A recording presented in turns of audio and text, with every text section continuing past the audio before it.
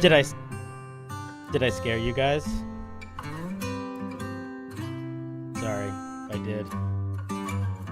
Was not my intention.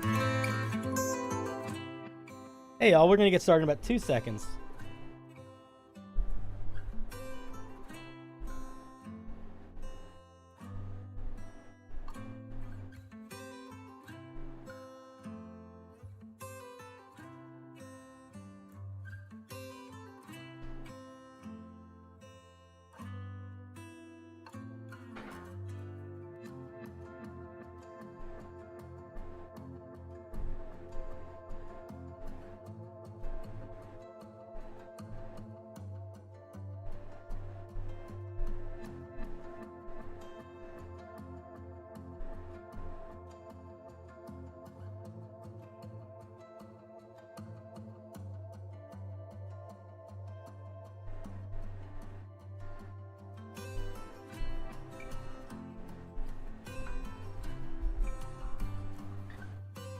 Okay, we're here.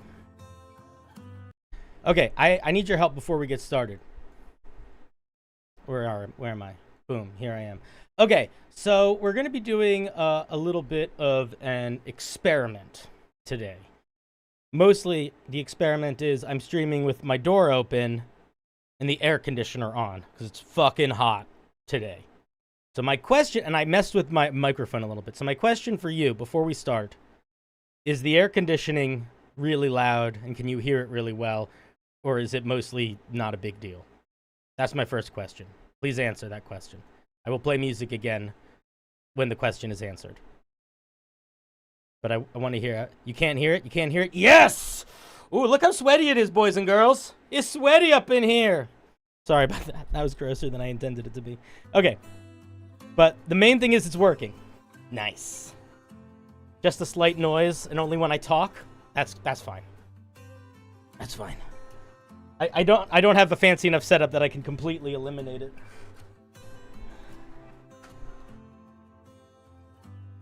Okay. Oh yeah. As long as it's not a bother, that's mostly fine. It's like 10 degrees Celsius. Ooh. What is it Celsius here? What's 90 degrees in Celsius? I don't know. I don't speak Celsius all the time. Is that like 35? Or is that less? A 30? Alright, so if you are new to the show, this is a special show that I do. I'm trying to do this show roughly once a week. We'll see if I'm able to keep up with that. But the intention is to do shows where we're not reviewing Homebrew. We are making Homebrew for you. Sometimes these are going to be shows that are primarily focused on basically like community that supports me, which is going to be like subs, members, that sort of things. And sometimes it's going to be an everybody thing. Today, it's going to be a subs, members thing. If that makes you sad, I'm sorry. I apologize. But the thing is, we can incorporate it into other things. Why isn't this working here?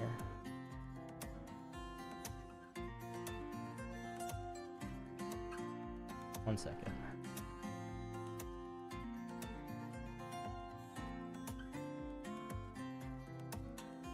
One second. Confusing. Confusion.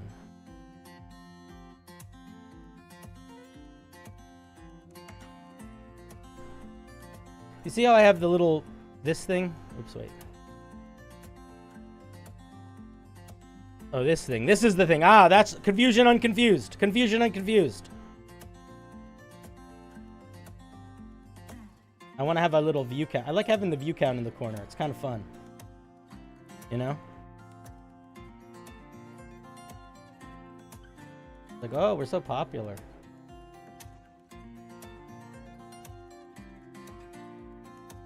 So, we put the view count.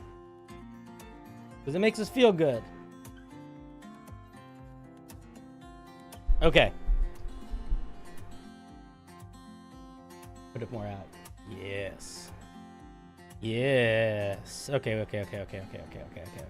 Hi, everybody. So, I mean, let me see if I'm doing this right. It's Caetus, not Kuetus? I saw you give me a name pronunciation correct in your form.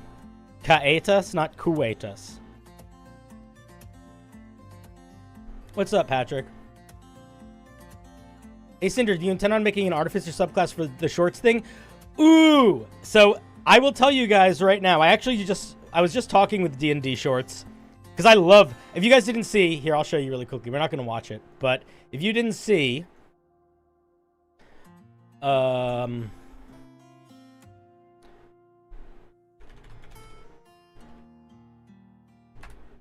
D&D Shorts just put out a new video, this one, there are many things in the world where he's doing a contest, a special contest, to make an Artificer subclass. I'll post the video in the chat here and here. What's up, Gio? How's it going, you darling? And it's due June 11th, and it's a Make an Artificer subclass contest. So I actually just reached out to D&D Shorts about this, because I think it's a really cool idea. And he told me, he gave me permission. I asked him do you mind if I do a stream sort of about your video? And he said, go for it. So I don't know if it'll be tomorrow or Friday or Saturday, but on either tomorrow or Friday or Saturday, I will be doing a stream that is just about Artificer subclasses.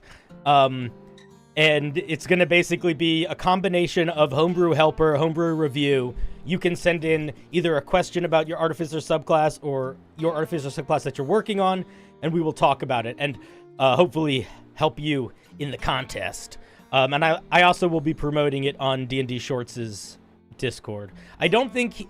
He told me he didn't want to do too much him yelling about it, because he doesn't want to be doing a thing where he's like, if you get in this, it's better, or whatever. He kind of just wants it, and it's like, I totally get that, makes sense. But he was like, cool, do it. So I'm going to do that tomorrow, Friday, or Saturday. And I'll post about it in our Discord. I'm also going to post about it in his Discord. So you don't need to worry about being live for it. It's going to be one of the ones that's sort of like this stream, where I don't prioritize people calling in. So even if you're not able to make it to that stream, you'll be able to see. I'm going to make the schedule for the stream tomorrow when I'm done this. So even if you're not able to make it, you'll be able to go to the submission link, send in your question or your Artificer. So we could potentially look at it on stream, whether or not you can make it. And maybe give you some help with your brew before the big old competition. What's up, Zach? How's it going, you charming champion? You've got an ooze subclass you've been sitting on? Yeah. Artificers are really hard to make well, which is why I sometimes don't love reading them. But I like reading them more when we are less on the finished end and more in the unfinished end, because it's less like I'm just going to give you the same feedback I give every other person that makes an Artificer subclass, and more like we are going to try to help you build your Artificer subclass into something that is as closely aligned to what you want as possible, and help point out some things that you can do to make your piece look better, read better. It'll be more workshop, less review.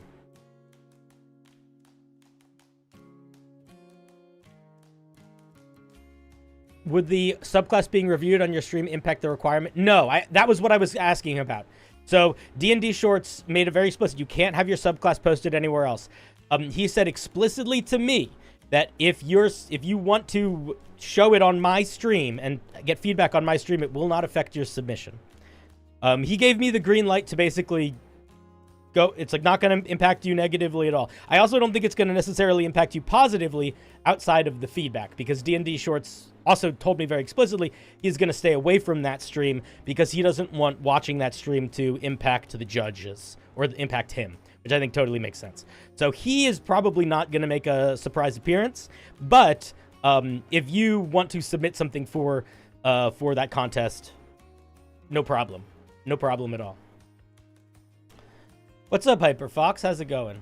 How do artificers even work? I've been DMing my friends for a few years, and none of them have played an artificer. An artificer is sort of like a utility half caster. So in the same way that like the paladin is sort of like a combat support half caster, the artificer gets a lot of features that help people with their like skills and tools. They also get a lot of spells. Their spells are very bard-esque. It's like bard plus a little bit more damage. And the main thing about an artificer's subclass normally is their specialization.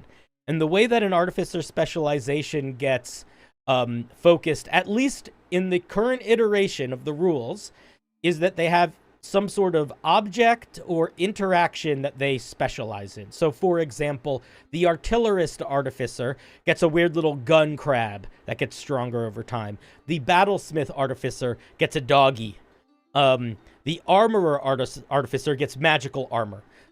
That's how most of them work. You could, and I've seen a lot of the people, because you can see all the submissions for D&D Shorts' thing, and a lot of them are like, you're an artificer that can now cast spells through your gun, or you're an artificer that gets special extra infusions, and like, you could totally do that if you want. That's fine. But if you're trying to make your artificer as closely aligned with like the official stuff as possible, I would say don't do that. I would say come up with a interesting object or game mechanic that could sort of be built around like an invention that they've created, and go in that direction. Just because it ends up often being a lot more unique than just, I am an artificer, but I get 6 more spells, you know?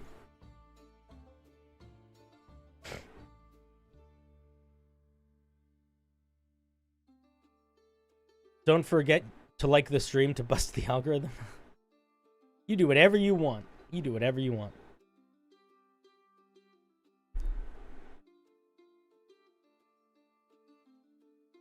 Yeah, we can talk about, we'll talk about it more probably on the stream that we'll do. I mean, we might do it tomorrow, honestly. I have to look at my schedule. There's a couple, I really want to get the next D&D versus Warhammer video done by this weekend, and I have a lot of work to do on it still.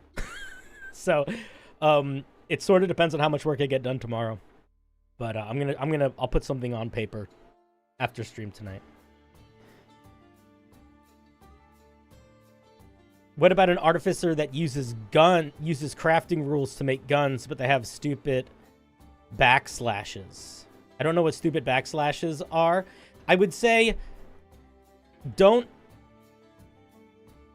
spend a lot of time building crafting rules or building a mechanic that is designed around crafting rules that you didn't write.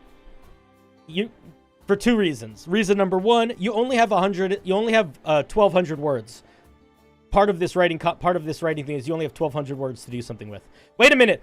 Ronnie, thank you for the prime. Also, Fluffcopter, thank you. Sorry, dude. I don't know how I missed that. Oh, I know how I missed that, because my fucking activity feed is not up. I'm stupid.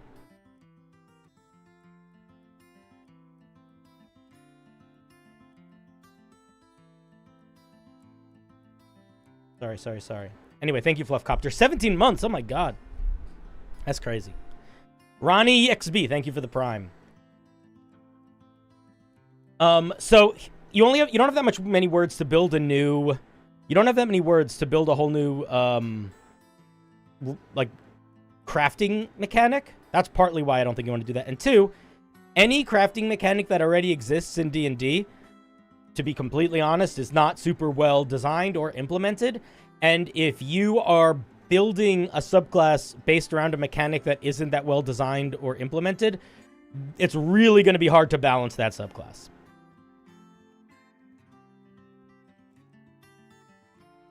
The 1,200 word character limit had you go, nah? Dude, okay, I understand why the 1,200 word character limit is scary, but you can do a lot with 1,200 words. And here's what I would push to you. Unless you are designing a new wild shape mechanic, the best subclasses are going to be under 1,200 words most of the time. If you have to use more than 1,200 words to describe the new mechanics you're working on, more than likely the situation you have found yourself in is that either A, your mechanics are too complicated, or B, they are really they're way too wordy. So you either like you're writing it in a way that's taking too many words, or it's just inherently too complicated. That's what it's going to be 99% of the time. So I think if you wanted to build an artificer that made guns or weapons, the way that I would do that is try to simplify it as much as possible. So instead of having like a whole crafting mechanic, just have it like at level 3 you have crafted. I mean, in the Unearthed Arcana for the artificer, there was an artificer that was built around making a gun. Just so you know. And it was the Thunder Cannon Artificer or something. And it was pretty cool. But the way that they implemented it was that instead of there being a whole mechanic, it was just that at level 3, you get a gun that you made. In the same way that the Battlesmith Artificer just gets their dog. They don't need to do a whole crafting mechanic to get their dog. They just get it. So you would just get your special gun at 3rd level. And then what I would probably do is have the gun have like maybe different modes or different ways you could augment it, sort of the way that the Armorer Artificer has different types of armor they can build, or the Artillerist has different types of cannons they could make. The other thing that you'd want to do is make sure that whatever mechanic you're using for the gun, like whatever the gun literally does, it needs to be really different feeling than the Artillerist. Because the Artillerist is basically an artificer that gets a gun already. Now, it's a little robot, so it could walk around, but I'll tell you, the only time I had an Artillerist Artificer in my game, the way they played it was their little crab gun just sat on their shoulder all the time. So it just felt like they had a gun. So, like, the flavor is basically there in those mechanics already. So you would want to look at the Artillerist Artificer and really make sure that your gun Artificer is doing something drastically different than the Artillerist. And then I would just have it get like special augmentations, maybe at higher levels. In the same way with the Armorer Artificer, you could put infusions into it without it costing extra infusions, things like that. Totally doable, totally workable. But I think building it around a crafting system is going to be where you will be shooting yourself in the foot. So don't do that.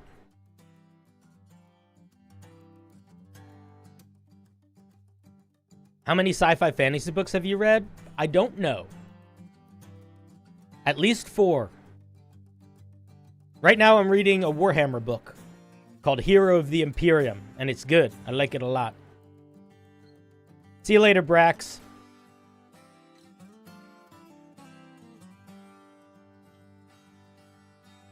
Yeah, the Artillerist is not... The Artillerist is more of a cannon than it is a robot. But it can move on its own. I think it's a bonus action. I think it's the same... Can't you move it as on the same bonus action that it attacks? Am I misremembering? I haven't looked at it in a while.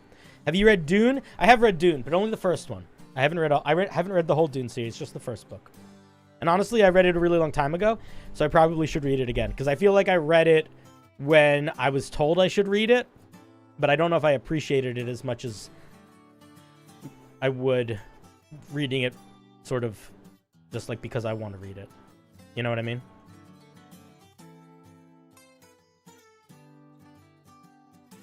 Like, there are books that I read in high school that I didn't really like in high school that I read again when I was older, and I read them, like, on my own.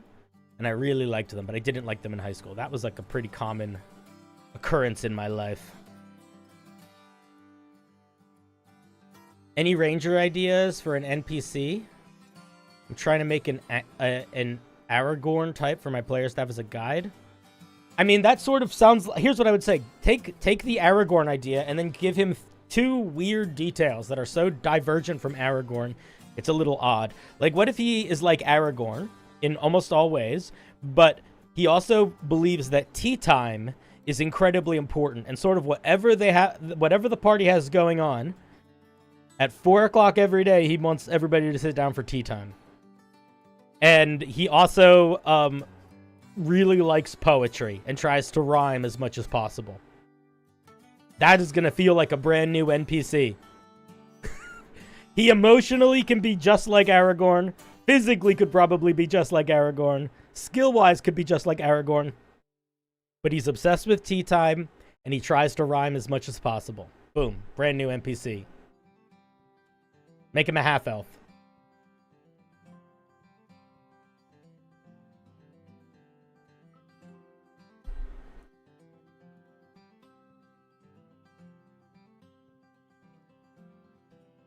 talking about artificer subclasses, what about a chaos artificer that can augment its weapons and gear with effects on a random table?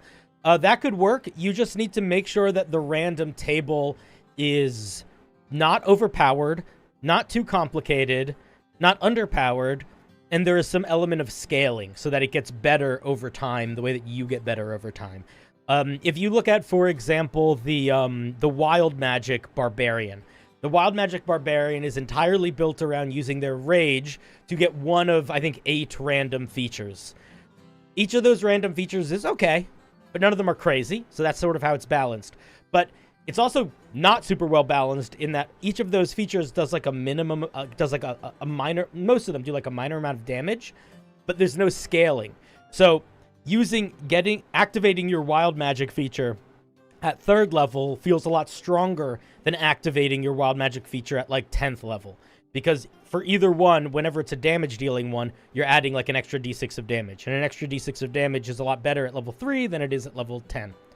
So if you are going to be building some sort of mechanic or random feature that ties into like damage or temporary hit points or things like that, you're going to want to have that scale a little bit. It doesn't matter as much if it's tied to AC or attack rolls, because that is more bounded accuracy stuff. So getting a +1 or a +2 to your attack or to your AC is equally as good at level 3 as it is at level 10. So you just want to keep scaling in mind, and you don't want the table to be so random that it doesn't feel like anything. Like I would not encourage you to base it off of the Wild Magic table, or the normal Sorcerer Wild Magic table, for example. That would not be the move. Which is also why the Wild Magic Barbarian gets their own table, because it's filling a very different purpose.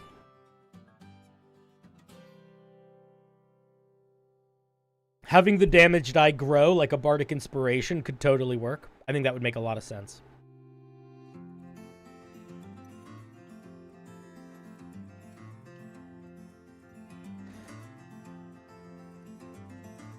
The only thing with having negatives is that as soon as you start making it so it's not consistently a positive, you have to ask yourself how often you're able to do it.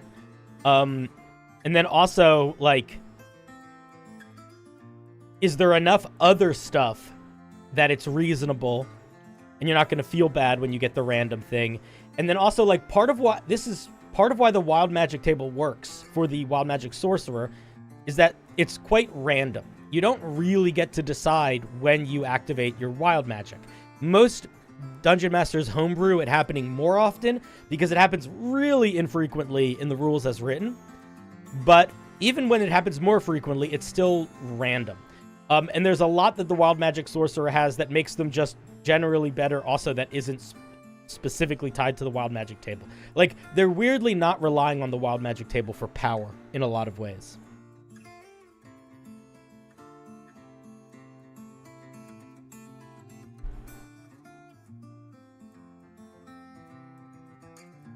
You also don't want everything based on your one item. You want stuff that is a general buff, for sure.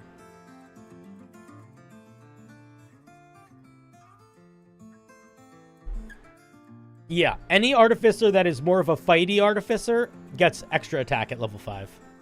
The Battlesmith gets it, the Armorer gets it, and all the other ones get, like, some boost to damage. Level 5 for Artificers is your damage boost level. You have to be... You're competing with all the martial characters getting extra attack, and all of the spellcasters getting 3rd level spells. And in the current rules as written, all Artificers, I think, get a damage boost at level 5.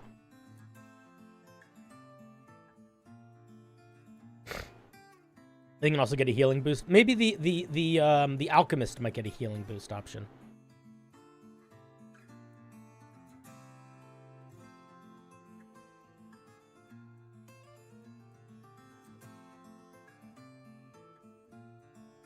I find it really hard to find an extra attack Artificer that won't step on those toes. I think the way that I would try to make an extra attack Artificer would either be they have a special weapon that they've made, so the extra attack is with the weapon, and they're craftsmen of that weapon, like they've built a power gauntlet or a cannon or something. The other sort of extra attack artificer I think could work is if you built an artificer that was almost trying to be more of like a monk, like built more around utility. Like what if it was an artificer that got like a jetpack or gravity boots, and it was about sort of like dip dash dodging around? Not stealthing, but just being very mobile. I could see something like that fitting nicely into getting an extra attack.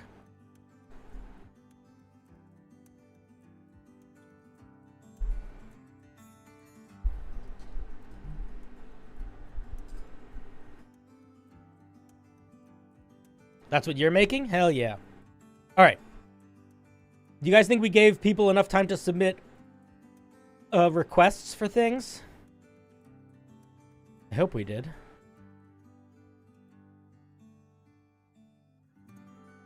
Artificer subclass that sounds cool is a mix of the Transmutation Wizard subclass and the Artificer Alchemist subclass, and you could base your alchemy potions you get around Transmutation Stone.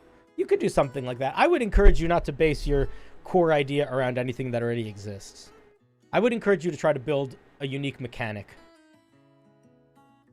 instead of taking something from a subclass that already exists. Maybe take the flavor from something that already exists, but build your own mechanic.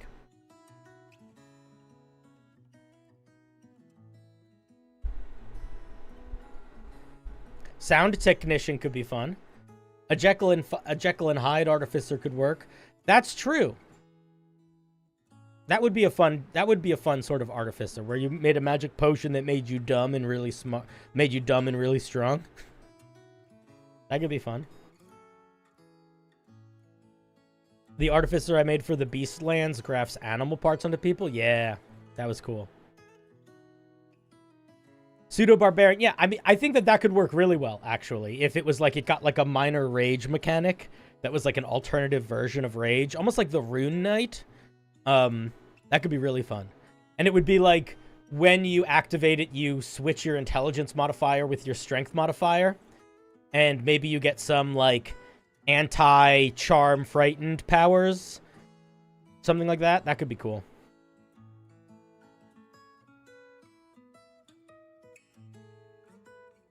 The only thing that I would want to do if I made that sort of artificer is I wouldn't want to make them just be a barbarian. Like, I would want there to be, in the same way that the Rune Knight is essentially getting a different version of Rage, but it feels really different than Rage because it's,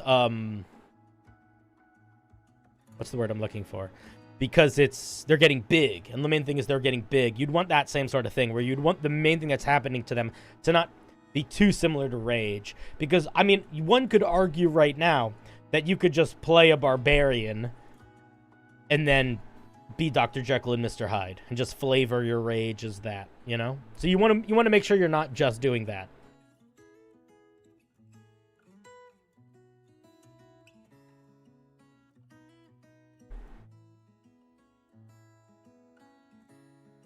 For the thumbnail I use for my Artificer stream, should I make a thumbnail, or should I just take the thumbnail from D&D Shorts and put my face over it? I don't know what the right move is there. Is that appropriate? Do you think he would be pissed if I did that?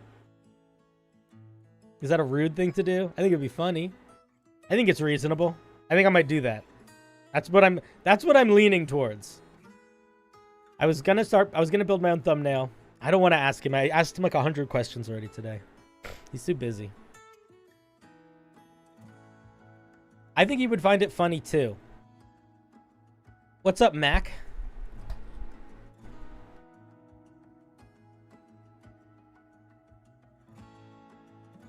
All right, I'm probably gonna do that. I'll probably do that. That's also a lot easier than making a thumbnail from scratch. All right, let's take a look at this wheel. So if you don't know what the heck we're doing, welcome. We're not reviewing Homebrew. Normally I review Homebrew, and that's what we're going to be doing later in the week also. But today we are going to be making some Homebrew. People that are a part of my community, whether they are subscribers on Twitch, members on YouTube, or patrons on Patreon, can send in a little bit about what's going on in their campaign and ask us to try to make some Homebrew for them. And that's what it is. If you would like to post something, the easiest way to do that on YouTube is to go to the member section on YouTube. The easiest way to do that on Patreon is to just see the most recent post on Patreon. And the easiest way to do that on Twitch, or if you are already in Discord, is just in the Discord. It's literally, the form is in the announcement post for this stream right now, so you should be able to find it. So let me show you guys the form. Wow! Here's what we got. I think we got 9 submissions so far. Let me just check. Yeah, and you can also send stuff in during stream. I will continue to recheck the wheel as we go. I gotta put you guys somewhere else.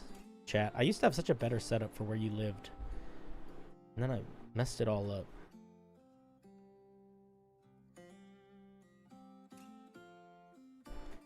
We're going to be yapping about Artificers a lot more tomorrow or Friday or Saturday. I have to decide which one we're going to do.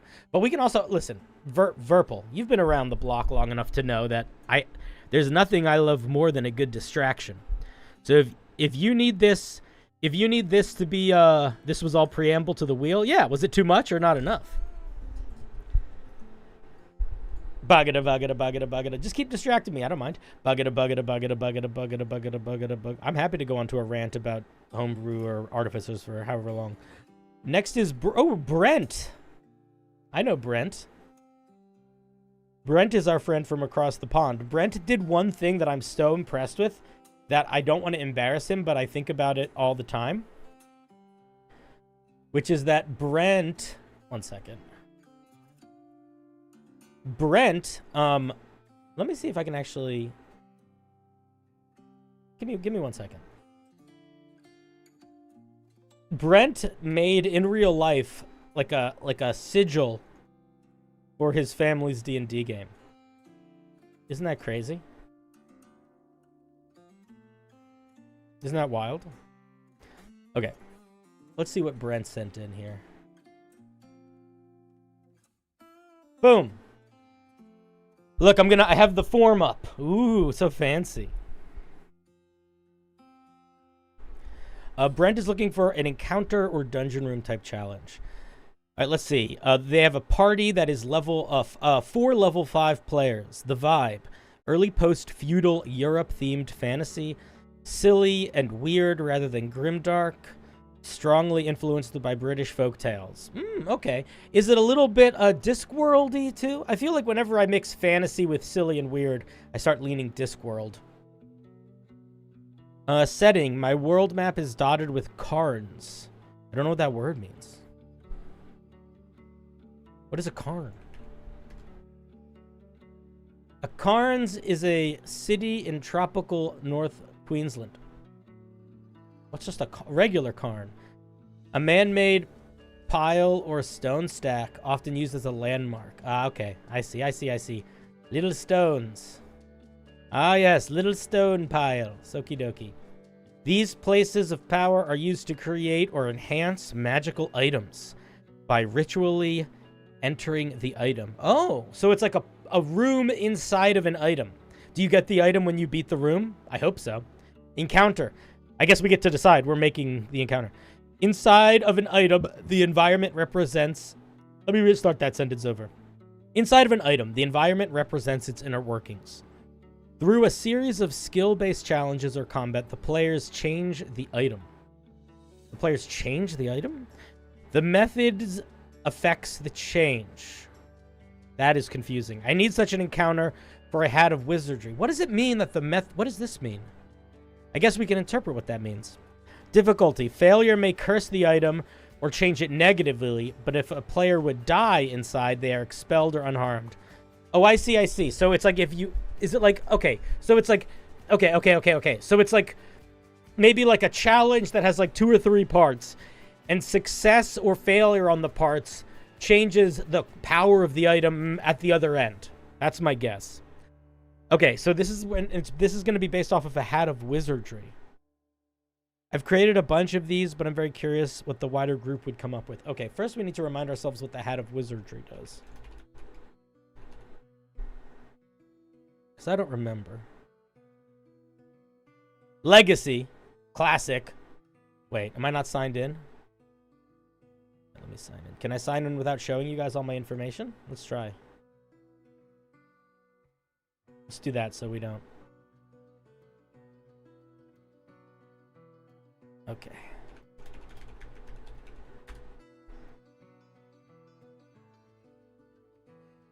Okay, boom. I'm in. Pa!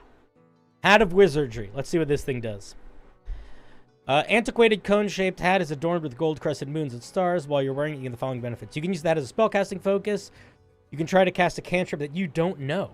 The cantrip must be on the wizard spell list, and you must make a DC 10 intelligence check. If the check succeeds, you cast the spell. If the check fails, so does the spell, and the action used is wasted. In either case, you can't use it. Okay. Let's use these. Let's use this as... Okay, so we're going to do two things for it. We're going to alter the item. So, okay. Hat of Wizardry Challenge Dungeon Room. That's what this is going to be. Let's make this a little bit bigger. And let's make this whole thing a little bit bigger. Not that big. Calm down.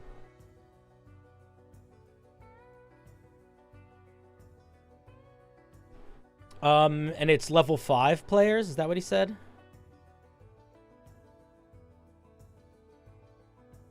he say level 5 or what did he say? Yeah, level 5. Okay, so here's what I'm thinking. The normal Hat of Wizardry does all of these things. Did I not copy everything? Oh, it just says 2 things. Okay. I think that we make the room enhance these sorts of features a little bit. That's what I think we do. So let's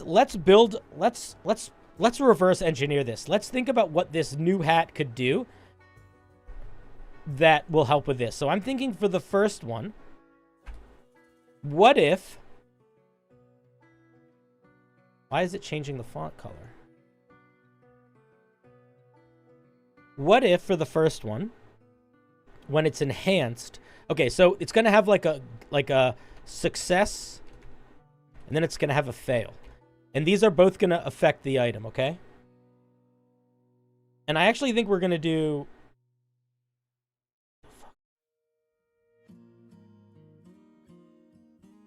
Oh man, I fucked this document up. Okay. And it's going to have some other thing. I don't know what that other thing is going to be. Oh, number of this can be used once per day. Okay. So these are going to be I think how we're going to play with it. Also, we want to keep in mind it's for a level 5 party, so we want it to be a little stronger than a normal Hat of Wizardry. Normal Hat of Wizardry is basically a common magic item. Okay. So this can be used for your spellcasting focus for your wizard spells. I'm going to say right now, on a success, I think that when you cast a wizard spell with this item, you can increase the attack roll or DC by 1. I want this to be limited. No. Let's think about this for a second.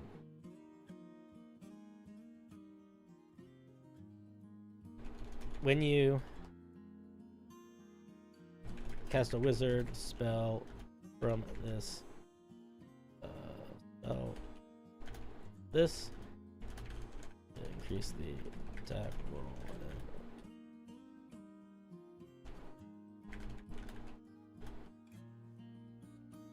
I haven't written Homebrew in a minute. How do we write this?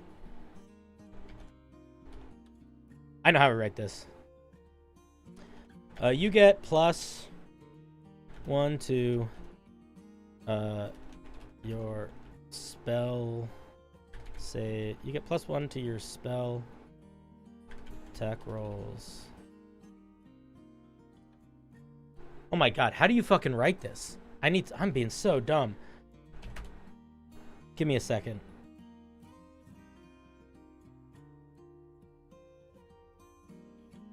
How does it Rod of the Pact Keeper written?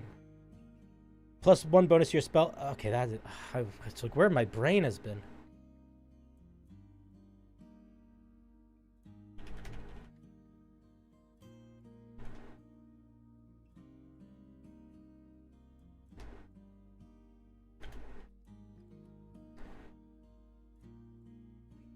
Okay.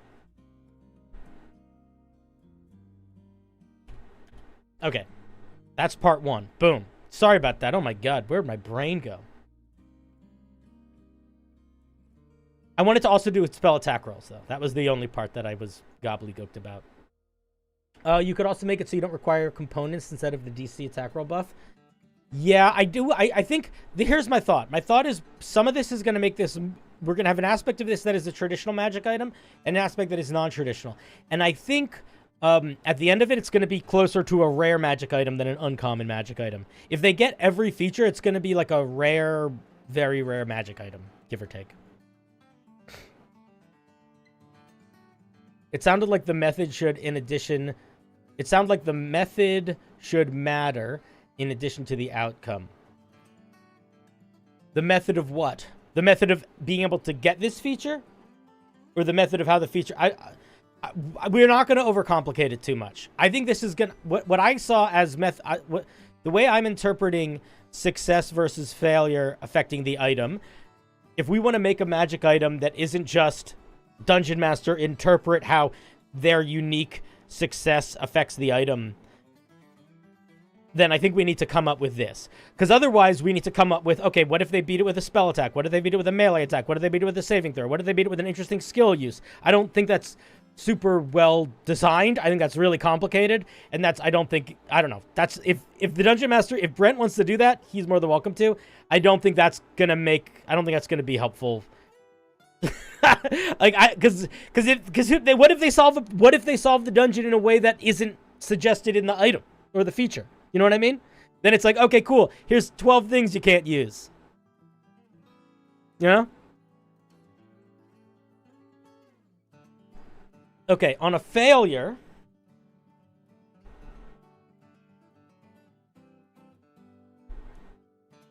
do we want the failures to be like the opposite of the bonus? We are not going to give a -1 to attack rolls and save DCs. That would suck.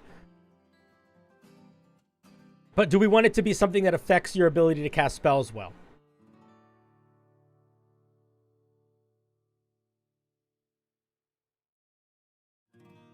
My comment is a second hat on a first hat. Your comment is not wrong. In fact, Brent just said that that is how Brent has done it.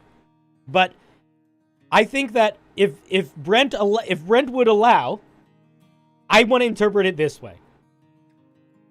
I think this is a more fun interpretation for writing a thing. Also, I think it makes it more usable for anybody. And selfishly, I want you guys that are watching it to also be able to use this if you want. Okay, I think on a failure, whenever you cast a leveled spell, roll,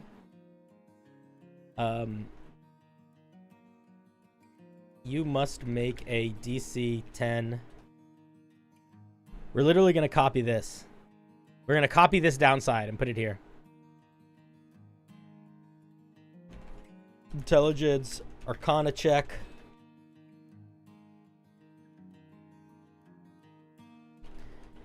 The check fails. The spell automatically. The spell... Do we want the spell to fail? Or this? I think the spell is wasted.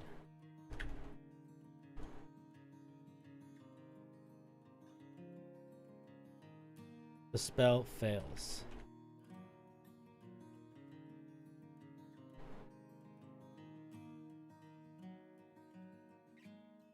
And the action used to cast this spell is wasted. Once you make this check, you do not need to make it again until the next.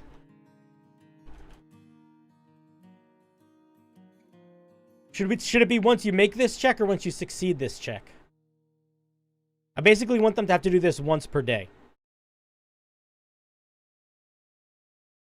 So it's either once you make this check, you don't need to make it again, or once you succeed on this check, you don't need to make it again, or once you fail this check, you don't need to make it again.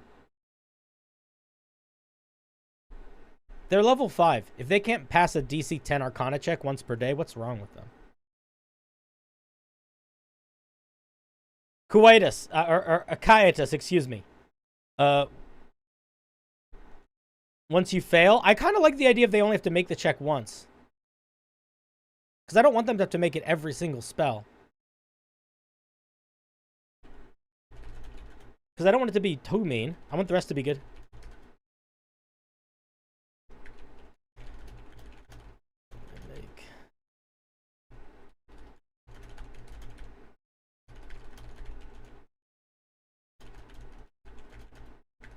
Okay. That's the first feature. Music ended. Music, come back, please. Oh, music. Come back to me, baby.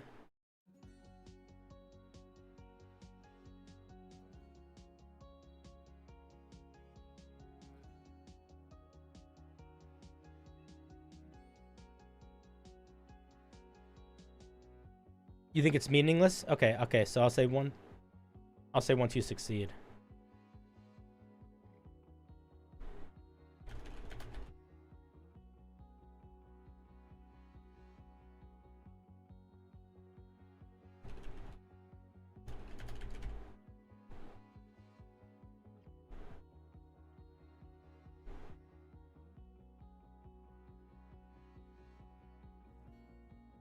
Caetas. Caetas. Caetas. Caetas. Is it Caetas? I'm trying. I'm so bad at words. Okay. So, on a success, you get +1 to your wizard spell attack rolls and DCs. On a failure, whenever you cast a leveled wizard spell, you must make a DC Intelligence Arcana check. If the spell fails, if the check fails, the spell fails, and the action you discuss. Once you secure this check, you don't need to make it again until next day dawn. Okay.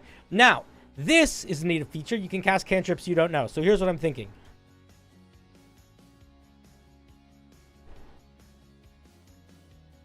I think the success is just, you can, once per day. Should it be once per day? We'll see. You can cast a,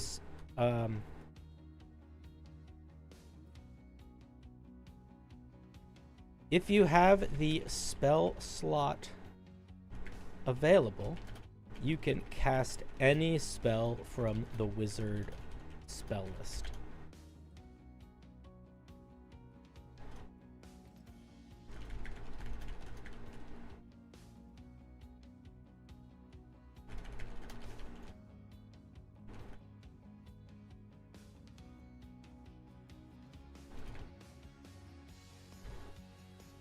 How about that?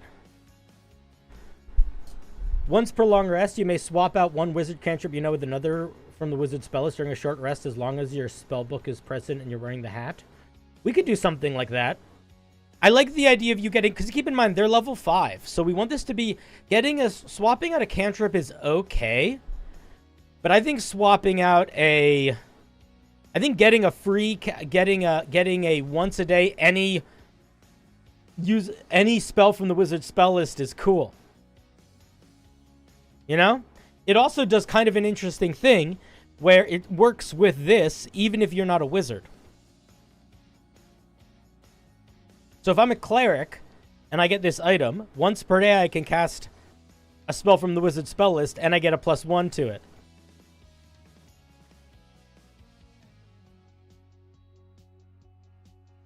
So it opens up to any spellcaster, anyone with a spell slot, basically.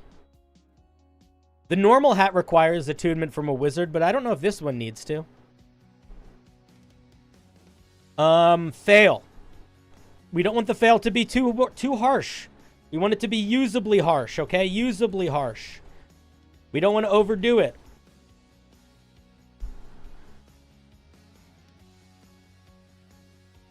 I mean, that could be on a failure. On a failure, it could be this. What if the failure is this hat can only be attuned to by wizards? What if that's it? That might be it. That might be the only failure we need. So the implication is if you succeed, you kind of get a double success here.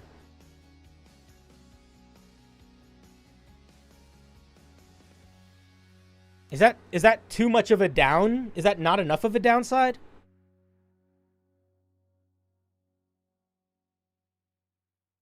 I don't want them to lose, because we're already potentially making them lose a spell if they fail this. We want this item to work if they fail this and succeed here, or if they succeed here and they fail here. Do you know what I mean?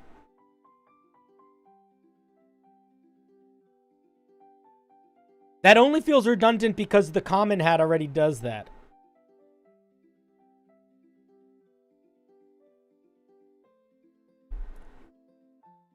Because this, the way that we're building it is, okay, if people, do other people feel like it's redundant? I don't know. Brent, you're the one that's going to be using this. What do you think? It could randomly change one of your prepared spells. That's kind of an interesting idea.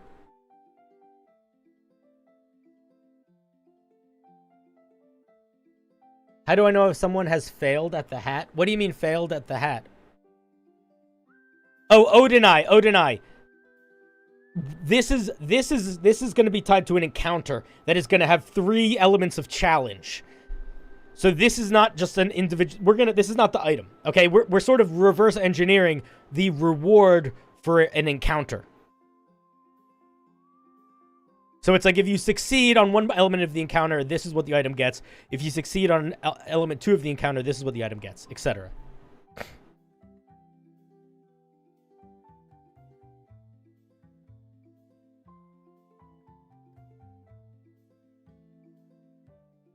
I think maybe, I like it randomly changes one of the spells you have prepared. You lose a prepared spell and prepare grease. That's okay, Odin. Also, hi, dude. How's it going? It's been a minute. Okay, I like that. I like that. Failure. Whenever you prepare your spells for the day, roll a d4.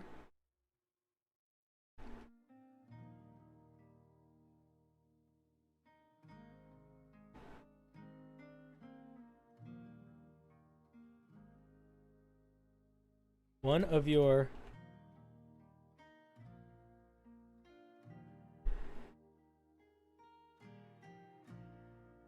okay, here's what I want it to do. I want it to be, you roll a d4, and depending on what you roll, a spell of that level gets randomly swapped for the day. Is that too bad? Is that too harsh?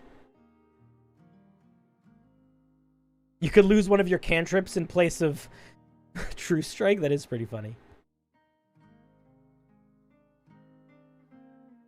I mean, it could be that. It could be that. That is a punishment.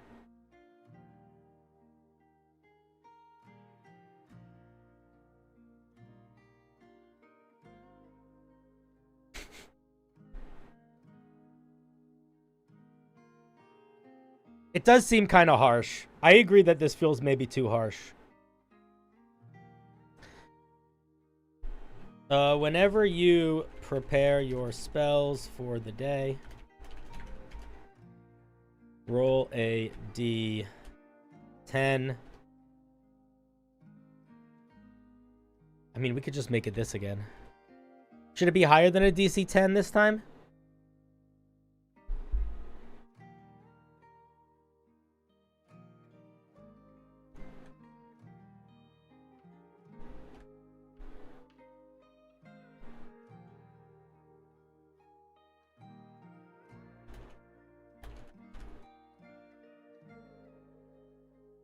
On the D-tab, if the check fails, you must change one. You must swap of your prepared spells for either. What are shitty first level spells? Longstrider. Longstrider's not even that bad. All right, come on. What's up? And maybe it could be tied to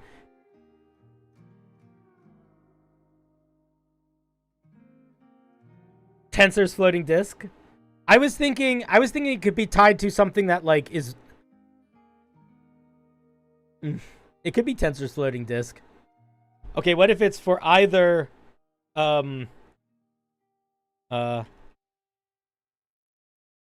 unseen servant, tensors, floating disk, or something else of that level.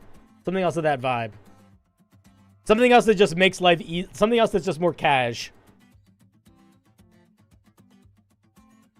Or color spray.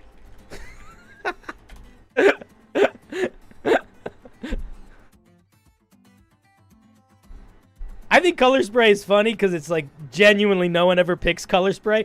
It could also be sleep. Because it's like you're being lazy. You got your servant, you got stuff to carry you. You can take a nap. Illusory script. No, it should be illusory. Is illusory script first level? I think it's second, actually.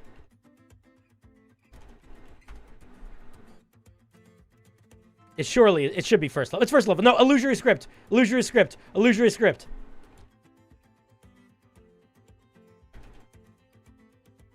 Boom. That's so funny. I'll tell you why that's so funny. Because all of these spells legit can be quite useful. But you have to really put the work in to make them useful.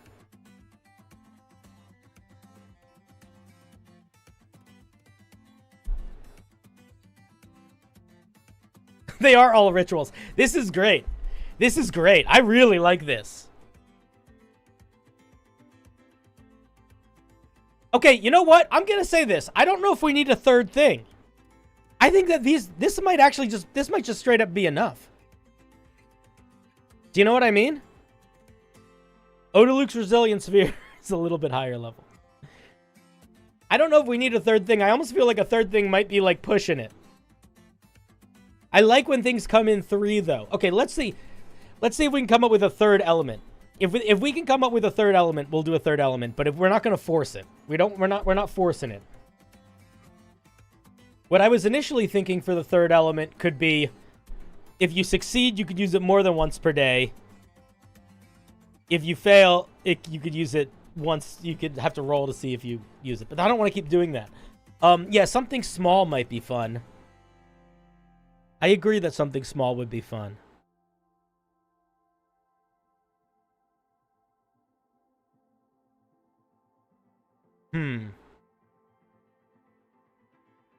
I was thinking it could... Number of uses, I was thinking was where my head was at. But now that there's an element that's sort of passively always on, I don't actually think that works anymore. So I think we need something completely different here.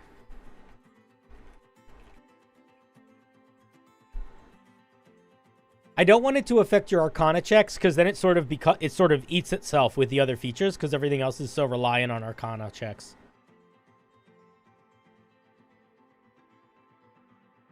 No, if you want to take Disguise Self, you'll take Disguise Self. I don't want to give it... I don't think we want to give another spell. Oh, no, Odin I got it in one. Success. Oops. Fuck. Get out of here. Success. I think Odin I got it.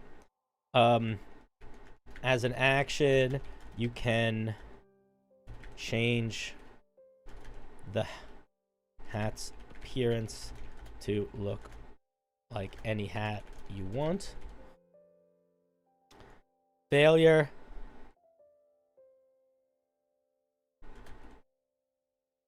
The hat is now sentient and talks to you.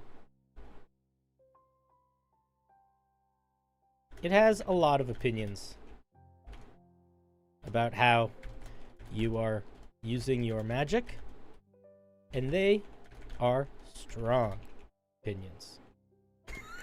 How about that? Okay, we gotta write this up so it's a little bit better. As an action, you can change the appearance of the hat to any hat you want. The hat is now sentient. It has an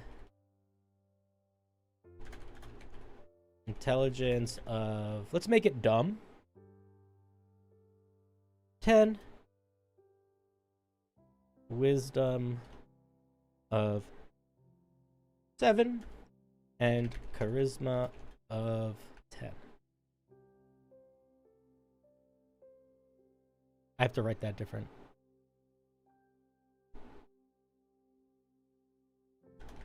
has 10 intelligence. What did I say? 7 wisdom. Put little commas here. No, not in the middle of the word. That's crazy talk. And 10 in... Oh, I hate caps lock.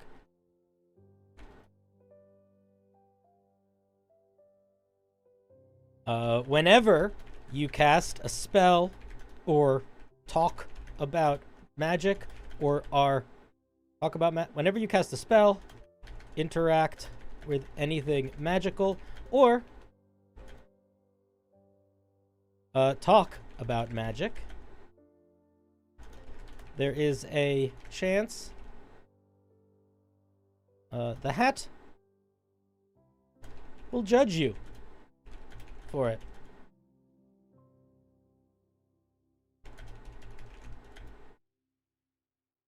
It is very judgmental, but never offers any actual advice and doesn't really know what it is talking about.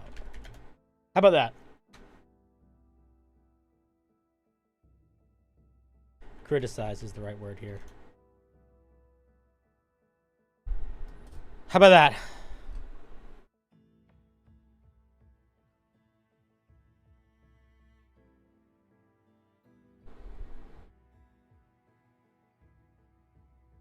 Should it be... Important question. Should the hat communicate telepathically to you, or should it speak out loud?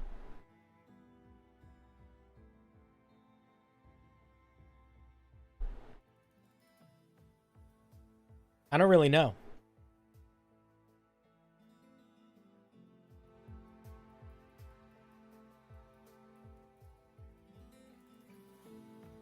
Speak out loud?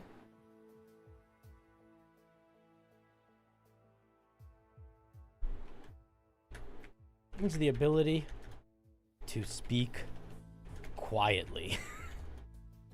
Any creature within, let's say, 5 feet of it can hear it when it speaks. Because what I don't want to have happen is I don't want it to, like, get in the way of you, like, in combat. Or, like, if you're trying to stealth or something. Do you know what I mean? Like, I kind of just wanted to annoy you.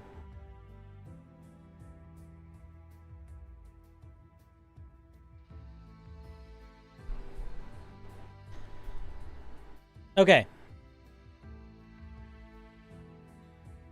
Challenge 1.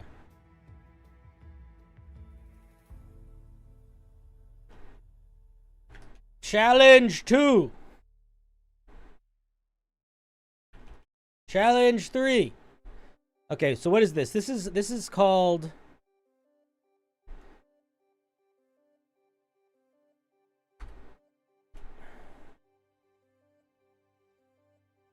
Why are you not...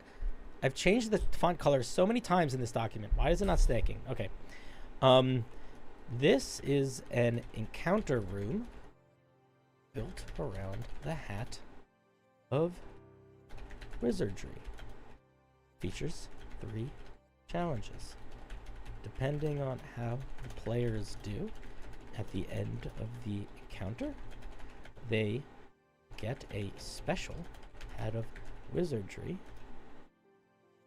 that gets unique features based on their success, failure in the challenges. See the details for the changes at the end of the thingy.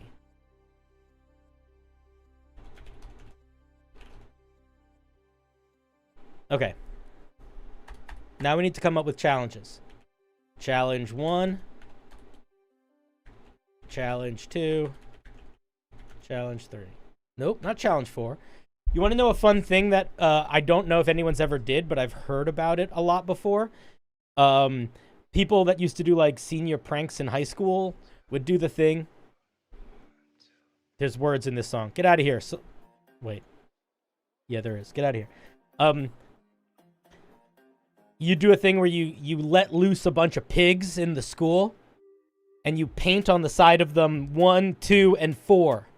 And it makes people think that there's a third one sneaking around. But this was from an era of unkindness to animals. You shouldn't do that. It should actually talk using your mouth. I don't want it to be too mean. But that is a really funny idea. I love this, by the way. I really like this. I'm very pleased with how this came out. This formatting is terrible. My formatting is bad here, and I think I might even change the color of the font somewhere in here. But I'm colorblind, and you'll deal with it.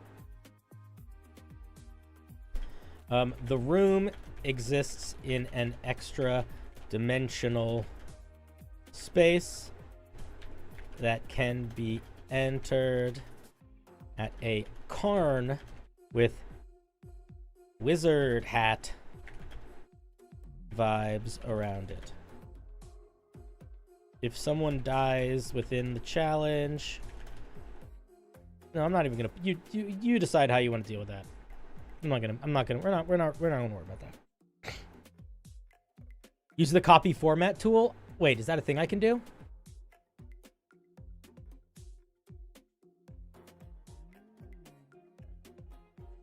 I don't know how to do that. I don't know how to do anything. I'm kind of dumb. All right, so let's come up with the challenges. Okay, so this is it's an extra dimensional space for the Hat of Wizardry. The space. What should the space look like? Should it look like a wizard's library? Is that too obvious? Why is that spelled wrong?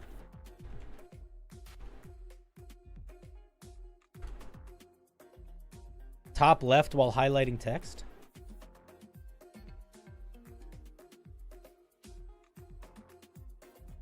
At the top.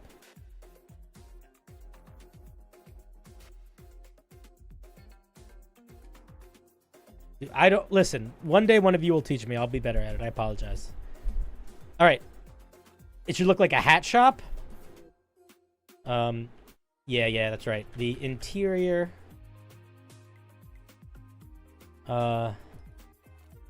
it looks like the interior of a fancy boutique hat shop.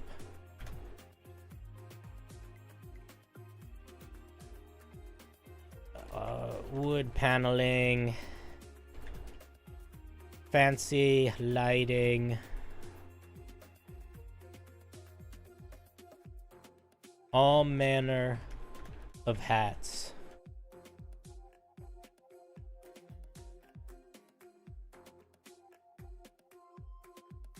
From fancy to working hats, even hats from our world, like baseball caps and construction helmets.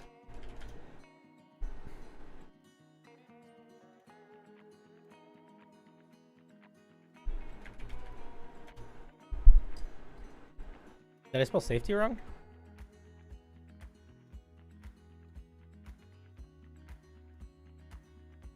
Whatever, you're weird.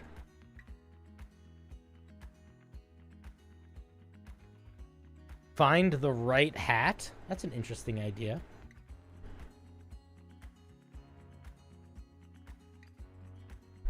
Okay, so let's come up with the challenges. Do we want the challenges to be related to wizard stuff, magic, or hats? Do we want the challenges to be tied to the things we get? These are the questions that I have.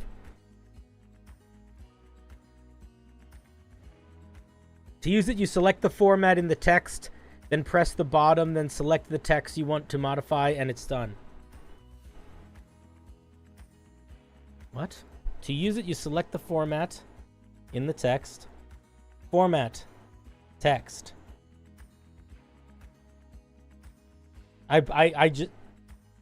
Dude, I love you, and I appreciate you trying to help, but I don't know what you're talking about, so we're not going to worry about it.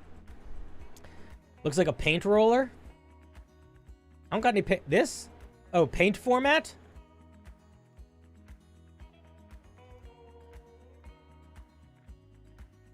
What? What is... So if I do this and I click paint format, what happens? Alright, I don't know how to do this. I don't know what the fuck is going on here. I don't know how it works. Alright, let's see. I highlight this. I click paint format. I copy this. Nope. I highlight this. I click paint format. I highlight that. It sort of did it. It didn't indent it. It didn't exactly do it. I feel like it half did it. Alright, whatever. I'm not worrying about it anymore. It didn't work. It didn't do what you said it would do.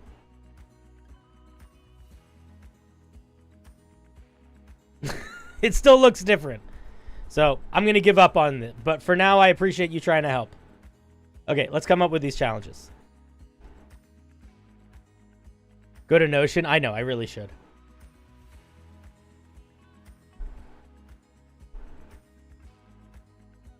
I didn't select across multiple formats, you British person. Look, I'll do it one more time and then you can all go to hell. I highlight the single thing that I want it to look like. I click the thing. I highlight the single thing. Nothing fucking changes. It didn't work. It changed some aspect of the format, but not the part I wanted it to. So you can all go to hell. But I love you. I will figure it out one day. Exactly. But it's not just you. It's literally more than what you guys are suggesting because I just did what you're suggesting and it didn't change it.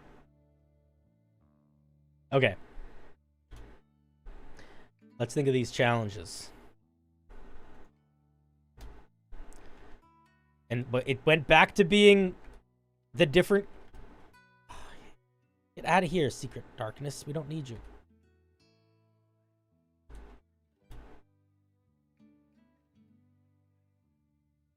It doesn't do indent. It just does things like bold color and font. Oh, well, the indent was the main thing I needed. It's okay. It's okay. I don't really care that much.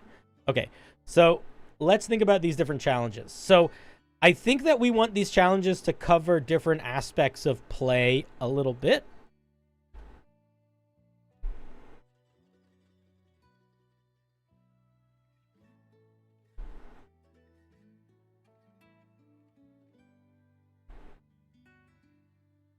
All right, you guys can keep discussing how this thing does or doesn't work, but I'm moving on. I'm done with it. It has failed me, and thus it has failed us all. Or rather, I don't understand how to use it properly. So it hasn't really failed anyone. Okay. Choosing the right hat. Is that something that you guys wanted to do with it? I don't actually feel like that's... I feel like that's too simple.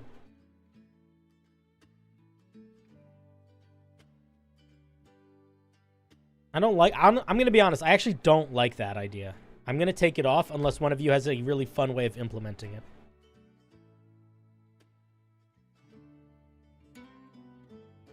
it. Challenge 2. Have a contest with a spectral wizard on what spells do. Yes. Okay. Yes. I was actually thinking about that. Was doing like a, like a magical knowledge contest. Spelled knowledge wrong because I'm so smart. I really like that. I really like that idea. Yeah, like a quiz. Like a quiz.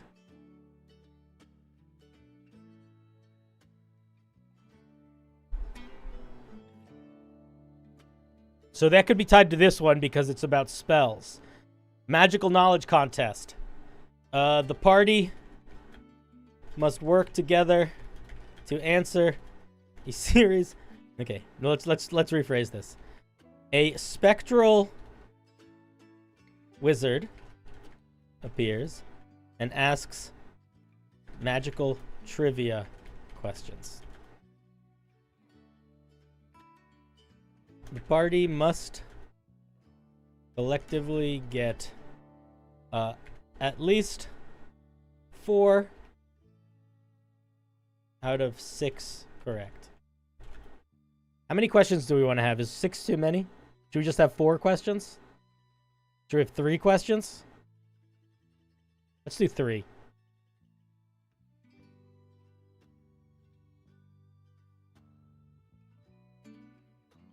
Three questions. Party must answer 2 correctly to succeed. Okay, let's think what the questions are. Question 1. Question 2. Question 3. Any the party, one party member, the party can make 1 Arcana check per question for a clue.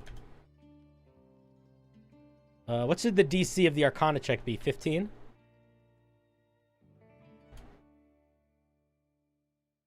On a success, this is going to be too complicated. You get a clue. On a failure, I don't know how I want to do that. Should we do this? Is this going to be too complicated?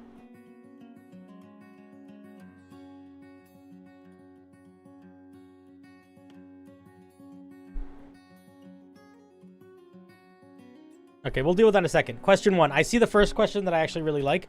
So, the first question was, which damage types does Absorb Elements not work on? Is Absorb Elements a wizard spell? Do wizards get access to Absorb Elements? I don't actually think they do.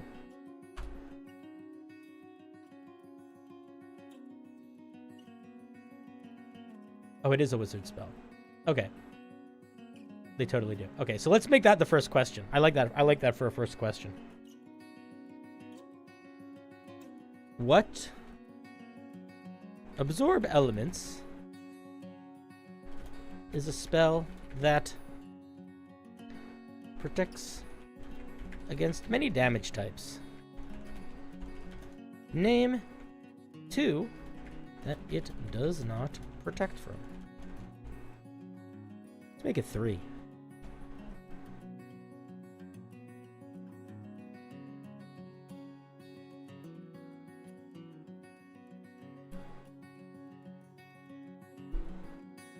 How much damage does Disintegrate? How much damage does Disintegrate on a successful save? What?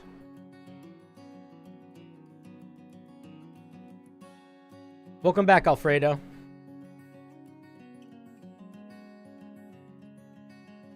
Wasn't the wizard just look at their spell list? No, obviously they can't do that. They have to just immediately answer the question. This is assuming you're playing with people that aren't trying to cheat.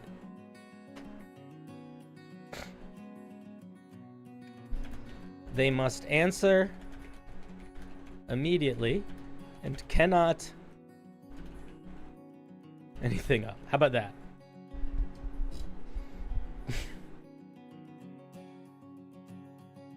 How about that?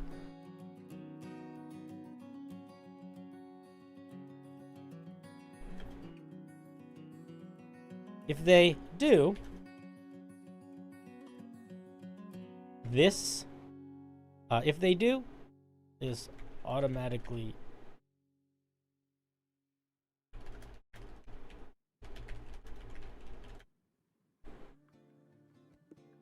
failed. They auto... Let me rewrite that. That's poorly worded. If they do, they fail the challenge, and everyone in the everyone in the room takes 4d6 psychic damage.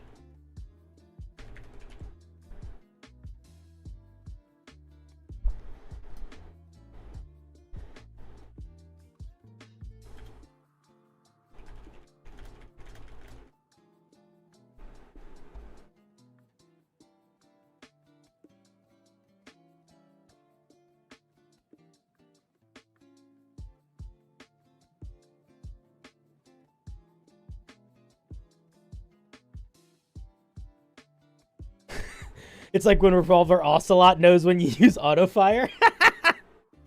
Okay, that's a good question. Let's come up with another question. I have an idea for another question. My idea for another question is, what does detect thoughts do? Just like thoughts allow the caster to do other than detect thoughts.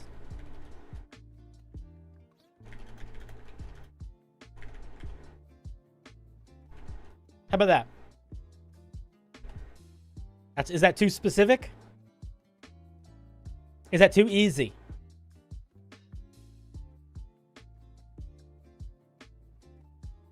The answer is that it allows them to know the awareness of creatures with thought within 30 feet of them.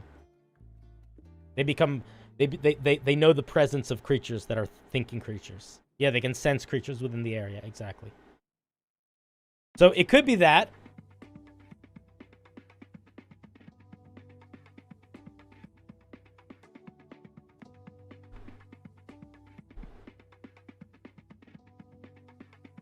Oh, wait, that's kind of a fun one. What kind of damage does the wish spell deal to you? That's a good one too. I actually really like Brent's third one. Let me write it down and see what you think. Name 4 spells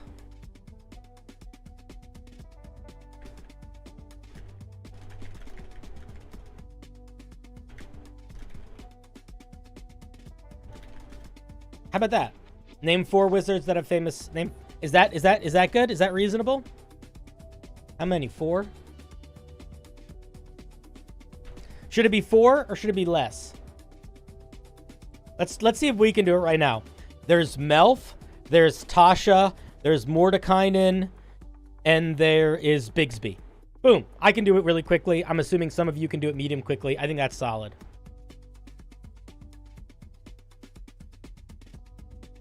That feels pretty good.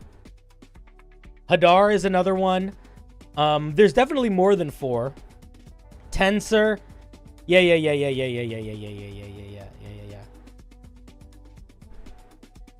In D&D, unfortunately, there is not a class called Witch. And technically, if you are looking at Tasha, based on everything in terms of what she gets access to and sort of her vibe, if she was going to have a class in D&D, it would be Wizard. Yeah, Auto. Ooh, Hadar is an Elder Evil, not a Wizard. Oh, that would be a tricksy way. Okay. That's a great challenge, too. Magical contest challenge. So that's... And if you succeed on this challenge, this is the you getting access to... You can just cast any wizard spell. So it kind of fits for that. All right, we need 2 more challenges. Witch is just a female warlock. That is not something that is in... Maybe in non-D&D language... But D&D uses very specific definitions for words. And in D&D, warlock and witch are not tied in the same way that they are in, like, traditional folk language of our dimension.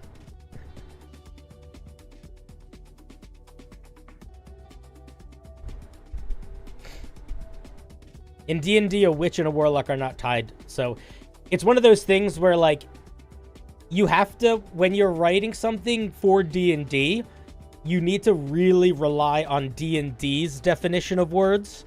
Because if you don't, it's going to skew a lot of stuff. Idea for challenge 3. Try to impress the sentience of the hat. Makes sense. As if you fail, it will stick around to criticize you. I almost feel like the magical knowledge contest is kind of that. I don't really know. There should be a combat challenge.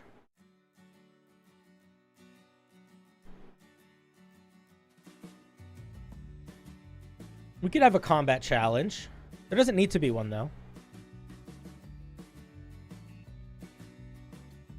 Yeah, witch is not gender locked. Yeah, witch and warlock being a gendered term of the same thing is definitely more of a old school folk sort of vibe.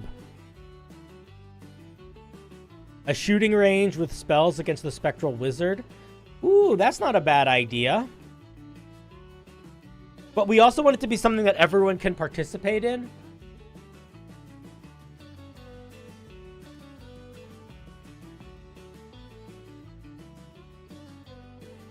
But I like that idea a lot. Magical shooting range.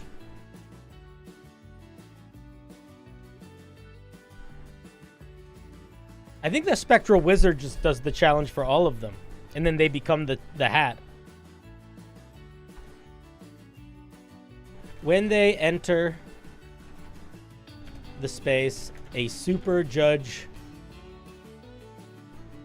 mental spectral wizard appears and offers the challenge. I think the spectral wizard should just be a key part of it.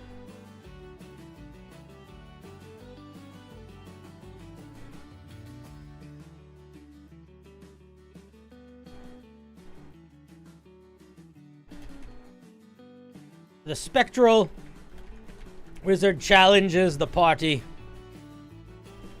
to a shoot-off.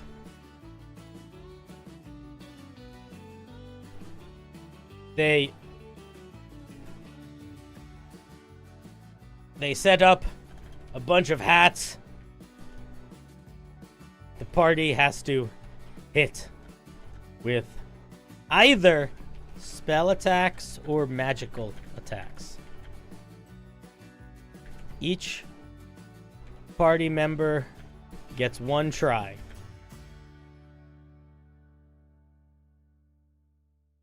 But they can hit multiple... Ooh! Okay. Each party gets one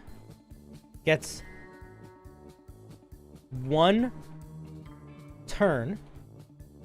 Each party gets one turn. Okay? So, action, bonus action.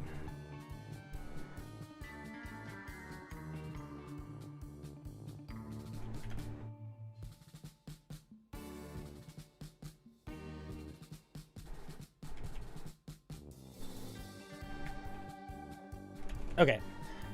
Here's my thought. Each party member gets one turn, action, bonus action.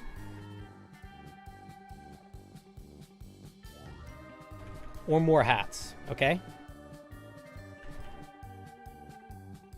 Hats have an AC of, let's say, 15.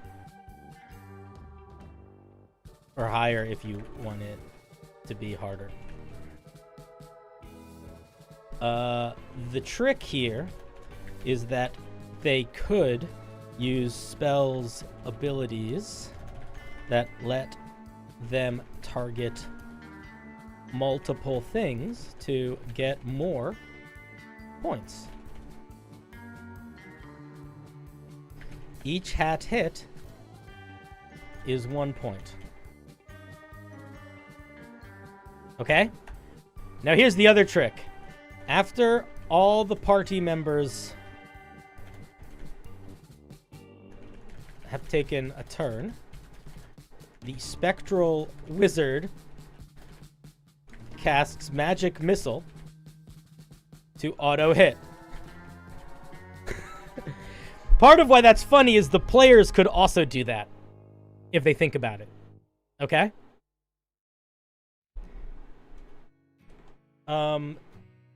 Determine the level of the spell based on the number of party members so that the spectral wizard always gets a number that is equal to 1 plus the number of party members. Does that make sense? So it's like if you have a party of 4, they're going to cast it at a level that it does 5 magic missiles. So the only way for the party to beat them is for each player to hit at least 1 hat, and for one player at least to hit multiple hats.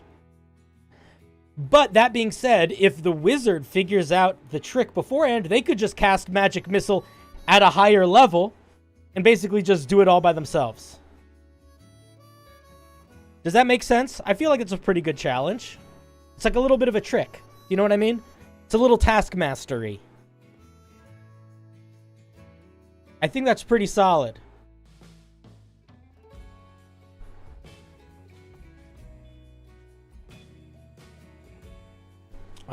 The spells, saving throw based, saving throw abilities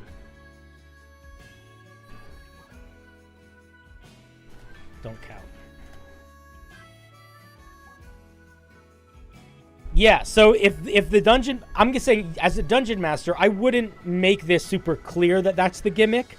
Like, it would sort of be the kind of thing where the goal would be, you would just say, okay, each of you have a turn to try to hit hats. Like, you almost want to downplay the element of you could make multiple attempts or multiple targets. Because then the wizard at the end, the spectrals could just and hit all of them. Okay, challenge 3. One more challenge.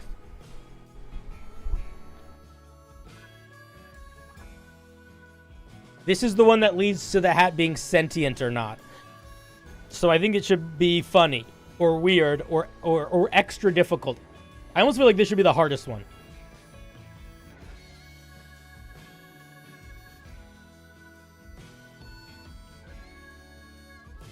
I summon a huge swarm of bees attacking all the hats. All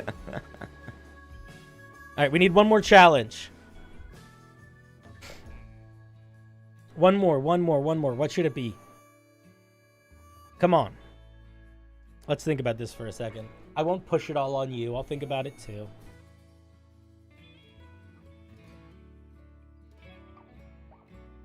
What do you get if you succeed on the third challenge? You can make the hat look like anything you want.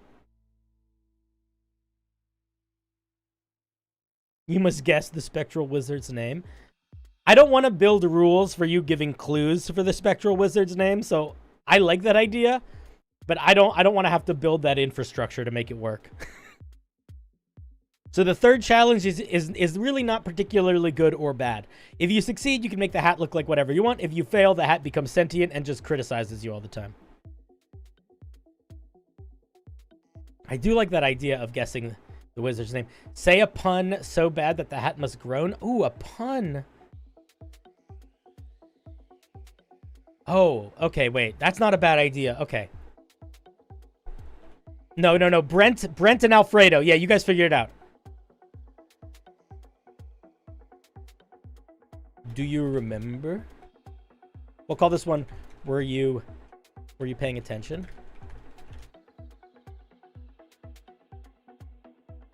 The spectral wizard asks the party to correctly name them.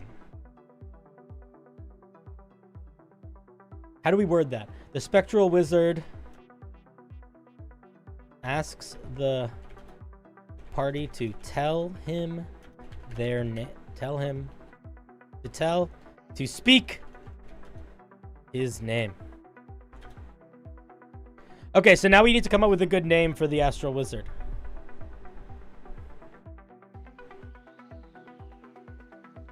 Appears. He says the following.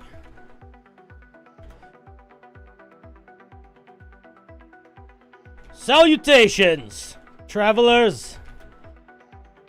I am the great and powerful and super famous wizard. What's his name? Wilbert? I like Willibert. Linguini? Yeah, but that's from Ratatouille. Salutations, travelers.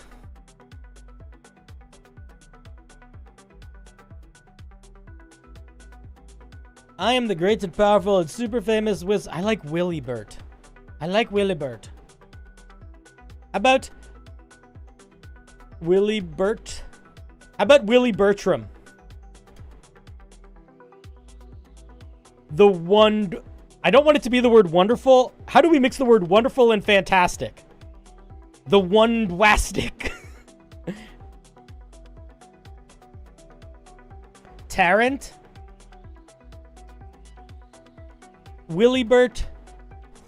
I like Willie Bertram because it's almost like Wilbert. It's like a couple names put together. Okay, I like that. Willibert the Fanderful. If you succeed, I have faced my challenges and receive my gift. Succeed, and it will be a great and powerful gift. Fail, and it will be a great and powerful woe upon you.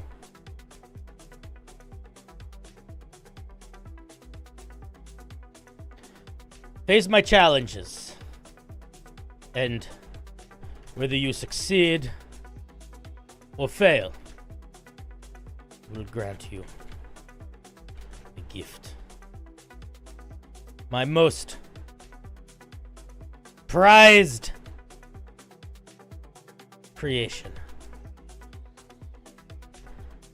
The wizarding hat of wonderful wizard wonder.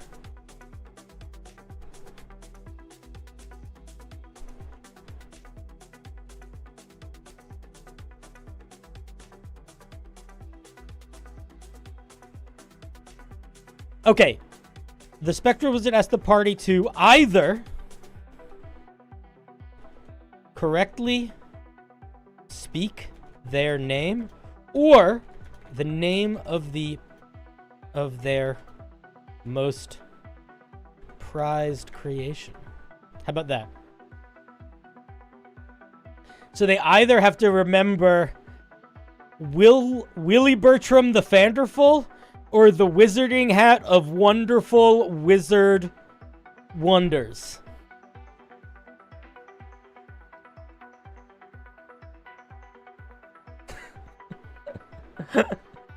That's pretty good, right?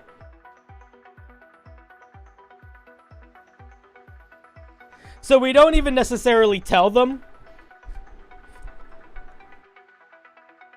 I think we need to have one more stipulation, though. Because this is not, Brent, this is not going to work the same way as your other ones. They're not going to get to retry this one. Once the party... I'm actually going to put that information here. Once the party has attempted all 3 challenges, they are... the Spectral Wizard thanks them for participating and shunts them out. They cannot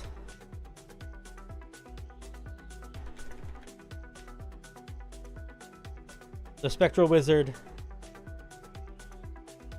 gives them the hat and they are shunted from the space. And they cannot ever return to... They cannot re-attempt the challenge. If they return to the space, it is empty of all hats. And there is a note that reads,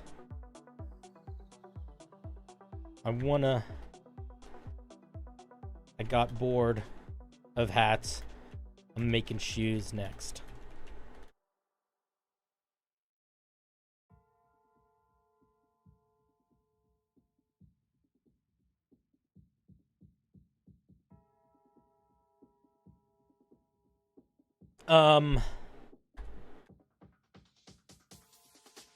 succeed or fail, the hat remains with the party. If they sell it, throw it away, leave it in a cheese factory,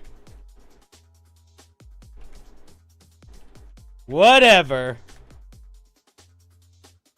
it will always be found at the bottom of someone's bag. And they are setting up camp or going through resources. So, the only way to get rid of it is to find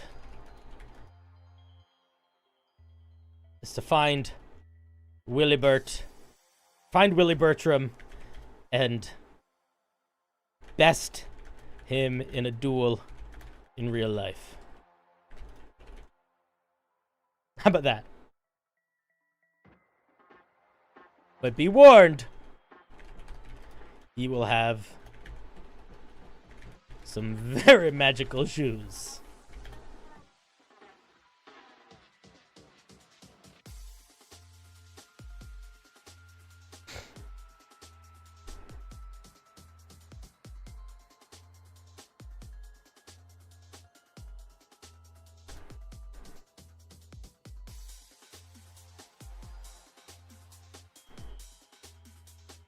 Side note, if they sell the hat for money, when the hat returns, when the hat returns,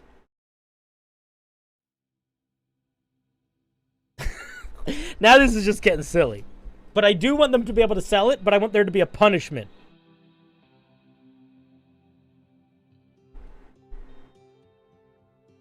Oh, I know.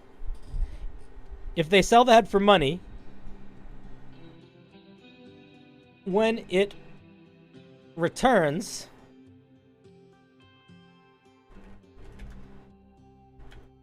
it gains the sentience feature of the third challenge, and its volume increases so that all creatures within and the range of its volume increases by 10 feet, by 15 feet. So every time you sell it, it gets louder. And it just automatically talks now. How about that? I think that's pretty good. I come on, because we do want them to be able to sell it. That's funny.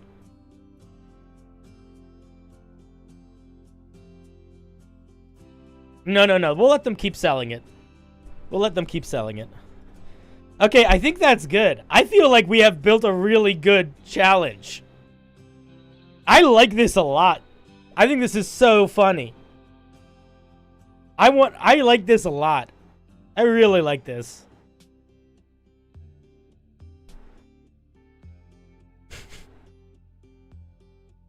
Willie Bertram the Fanderful. I'm really proud of all of you for making that name. Guys, this is gold. This is genuine gold. And I'm going to be honest, I only participated minorly in this creation. Okay, One Piece done. Hat of Wizardry challenge. Okay. Cool. Wait. I don't have my round of applause button up. Give me a second. Let's do a little round of applause. Really, I think this is for you guys. That was a really clever idea. And I think a lot of that came from you guys.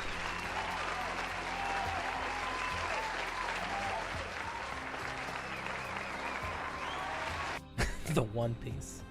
The One Piece. I cannot wait for season 2 of One Piece. I am so fucking pumped for that. Oh my god.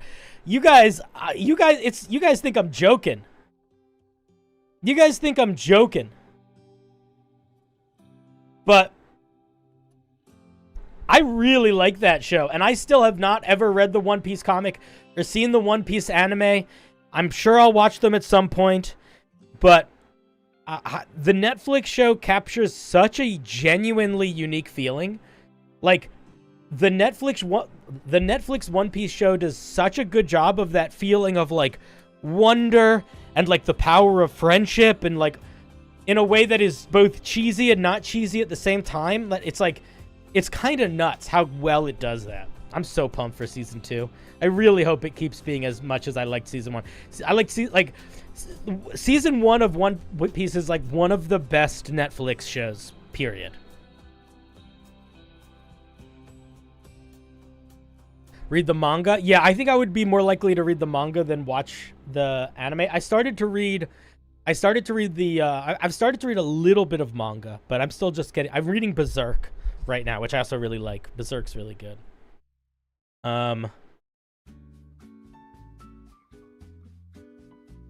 One second.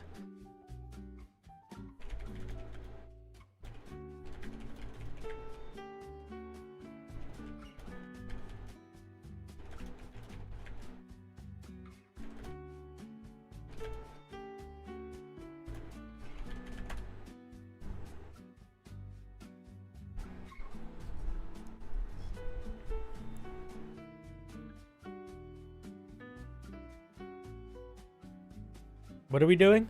Sorry, my brain just turned off for a second. All right, we're back. Did you guys see that? Did you see it in real time? Did you see my brain slowly turn off for a second there? All right, I need to take a 2-minute break. I'm going to go pee, and then we're going to spin the wheel again, and I'm going to grab more liquid to drink. 1 second. I love you. Bye. BRB.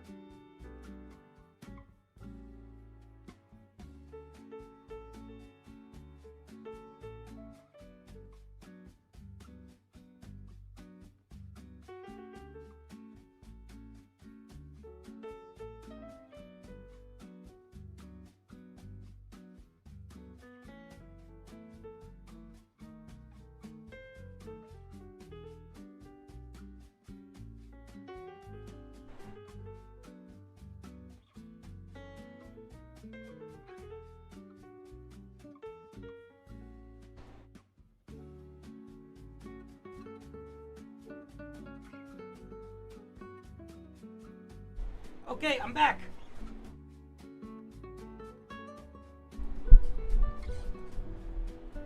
I'm back. Whew. I grabbed a seltzer.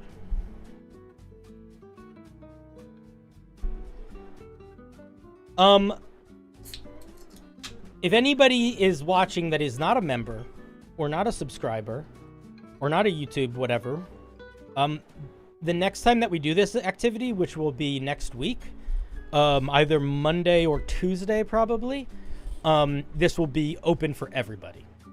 So I will be posting the form for next week's one in my Discord as well as on YouTube, and it will be anybody can send stuff in.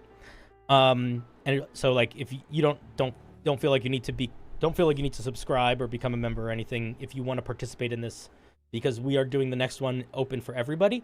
And then next week's member stream is probably going to be a homebrew review feedback stream, or like homebrew helper / feedback stream. So members will be able to send in their homebrew they're working on. I want to try to do my streams so that, like, to be honest, the main reason why I stream right now is to say thank you to people for supporting me. Because I make knock on tabletop. I make enough money from my D&D shorts, and the occasional sponsorship to, like, kind of get by. I don't rely on the revenue from YouTube memberships or Twitch subs for an income. So I want to treat the streams as, like, more of a community-focused thing than, like, an income-driven thing. If that ever changes in the future, we'll see. But at least for now, That's what we're doing it. So I'm trying to keep the streams somewhat like, hey, thank you for supporting me. I appreciate it. And then also just like, thank you for being here and like wanting to make homebrew and wanting to like have interesting conversations about D&D and stuff. Does that make sense? Better fucking make sense. All right, let's see if anybody else sent anything in. Nope. Lovely. Oh my God, Sponge. Bucket. Wait. Dice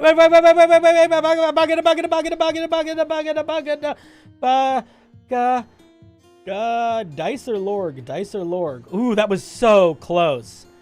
All right, Dice is up.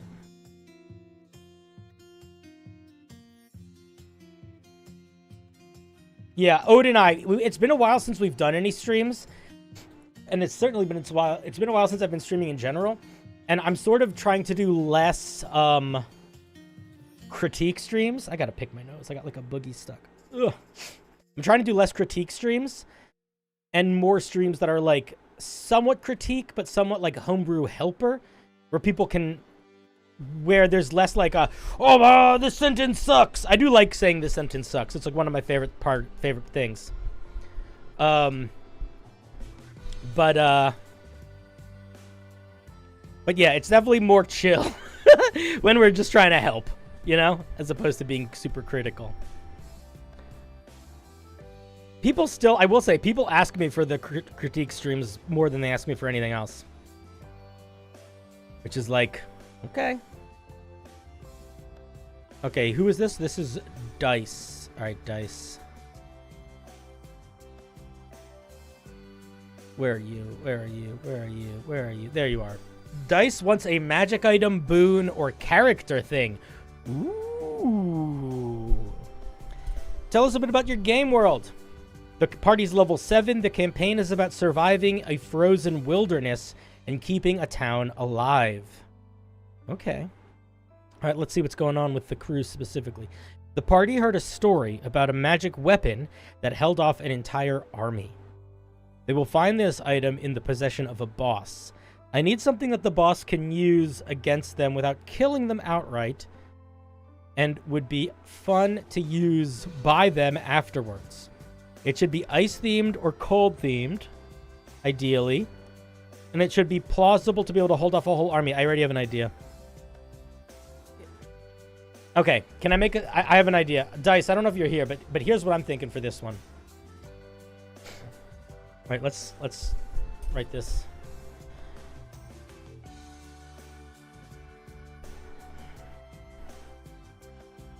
Magic item for level 7 party. Okay, magic item wielded by a boss that has ice vibes and could hold off an army. Lore.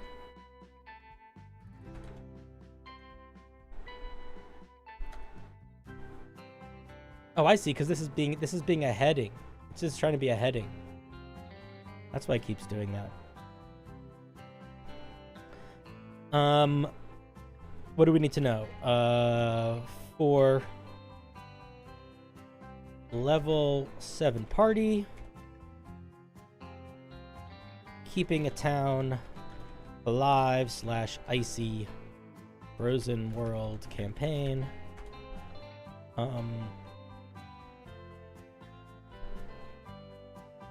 Should be usable by boss, but also by players later. Okay, so I have an idea immediately.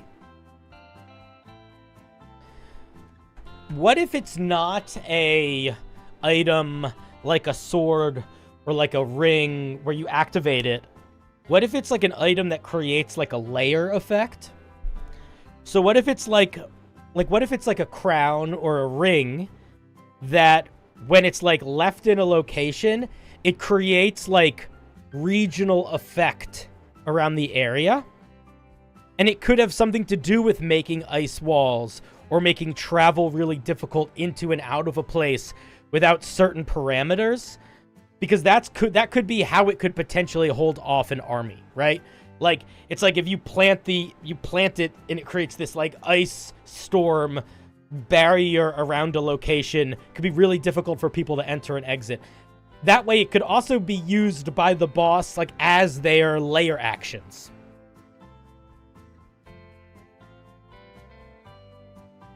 That's sort of what I'm thinking. How does that jive with you guys?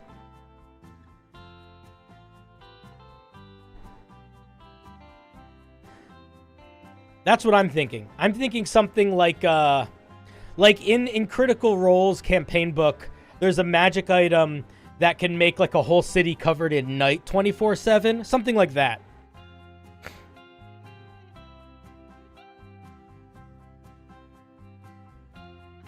Exactly, Brewski. Yeah, like a magic item that changes the climate to extreme cold, and it can hold off an army. Yeah. That's kind of what I'm thinking.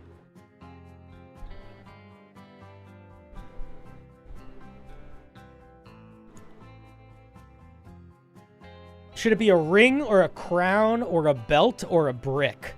What if it's like a piece of masonry? What if it's a keystone? What if it's like the keys? Oh, okay. We'll call it the wayward. It's gonna be a keystone.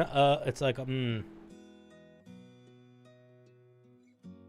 like the idea of it being like a keystone. When a banner works better. Banner works better. We'll call it the banner of ice and get out of here. I don't know if that's actually what it's going to be called, but that's what we're calling right now. They're level 7, so we're going to make it very rare. I don't actually... Should it require attunement, or should it not require attunement, but have a very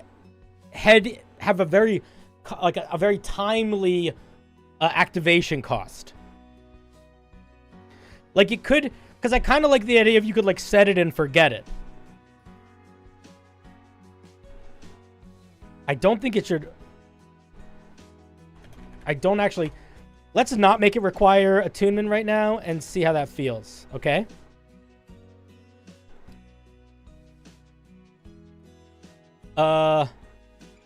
This banner flows. This haggard banner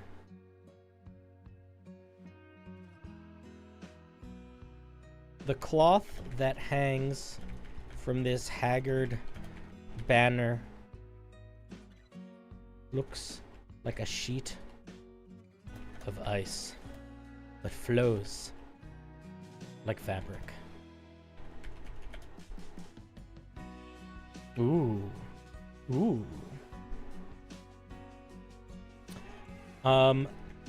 As an action, a creature can plant the banner in the ground, awakening its furious protection.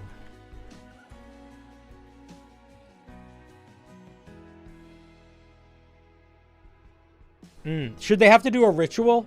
Or should it just be a planting thing and then it activates over a period of time?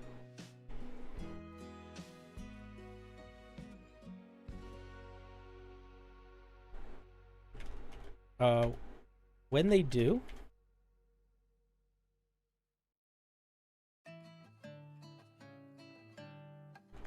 And they do... I have a couple different thoughts. I'm kind of going in like 6 different directions at the same time here. Here's what I'm thinking. What if it's a banner that basically creates like a bubble of super frigid that allows for certain people to enter and exit and be inside without there being an issue, but if you don't have that, then you get, like, it's hard to navigate through. Like, what if it's, like, it's basically similar to, like, you are in the Sleet Storm spell, like, heavy winds, you're taking a little bit of cold damage within the area of it, but if you do the right thing or say the right command word, you can, like, enter and exit. So you could sort of use it to protect the town, too. Like, you could plant it on one side of the town and, like, protect that part of the town with, like, a semi-permanent blizzard, you know?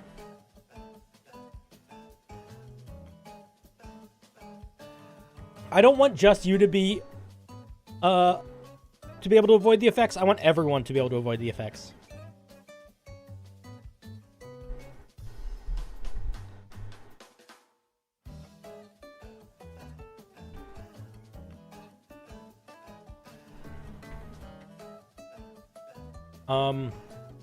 After, let's say, 1 hour, the following effects take place.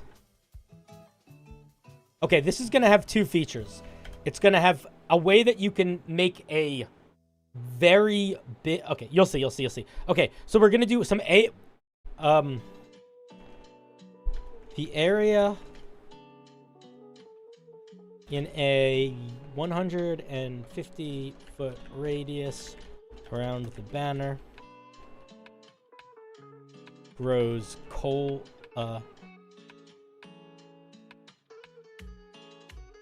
creatures within 150 feet of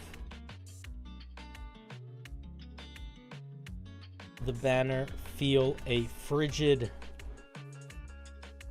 and otherworldly cold. The area is considered otherworldly wind and cold.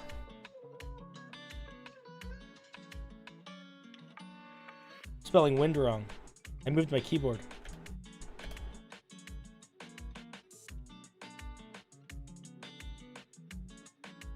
Whenever they start their turn within the area, they take 1d6 cold damage, and their movement speed is halved until the start of their next turn.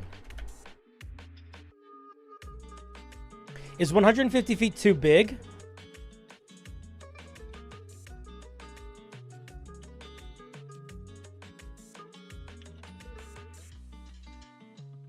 I have a... We'll get to how you're unaffected by it in a second. Let's talk about what else it does. Creatures within the area. The area is considered... Creatures within the area make... I don't want it to be heavily obscured. I think that's too much. Make perception and investigation checks that rely on sight or sound at disadvantage. Is there anything else that it should do? Not in general for this specific thing.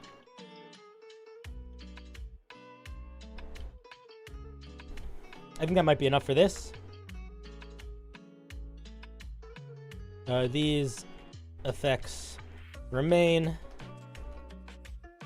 until a creature removes the banner from the ground. And I think any creature could do this, potentially. So there's an element of, like, when the bad guy is using this, the players could pull it out to turn it off also. There's a little bit of give and take. And then I think this thing is going to have one more thing it could do.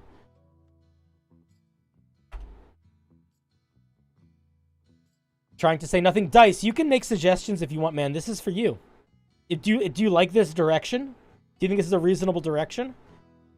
I'm thinking the banner is going to have 1 to 3 uses. I'm thinking use 1 is you stick it in the ground, Everything around takes cold damage. Maybe we make it less. We can make it 1/4. And has a hard time seeing, hard time moving. That's effect 1. I think effect 2 is going to be something you can do when you're carrying the banner with you. And then I think effect 3 is going to be something you can do like an activation thing. Or maybe just the 2. Okay. Let's see. So this is effect 1. Thing 1. This is not well written, but it's fine. It's clear. And this should require attunement. Yeah, it should.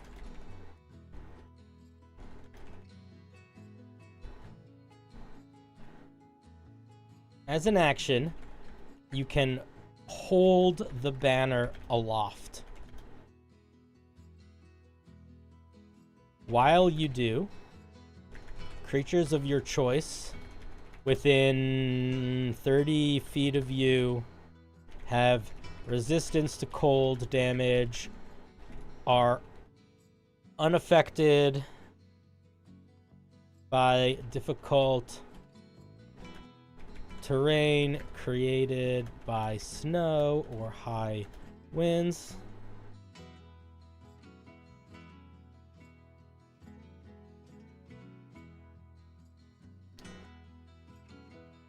And once per turn, when they hit a creature with a spell or weapon attack, let's just say an attack, they can deal an additional 1d4 cold damage. Once you use this feature, can't use it again until the next day at dawn. The feature, the remain active for 10 minutes.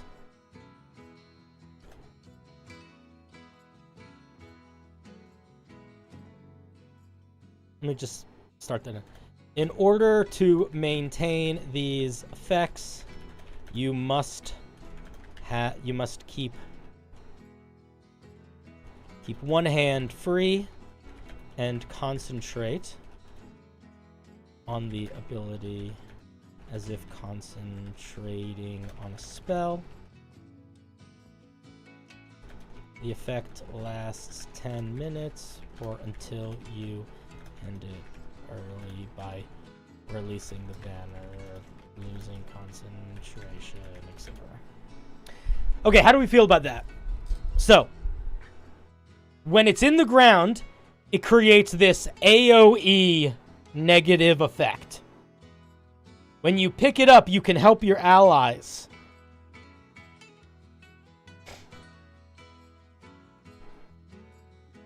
You can plant the banner in the ground and choose a special command word.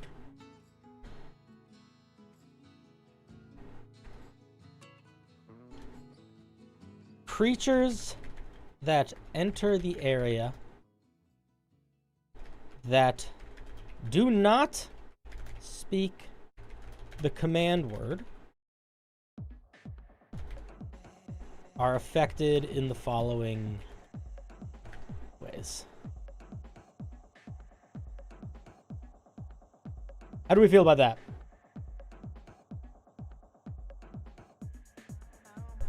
That honestly might be everything we need. All right, let's take a step back. Let's think about this.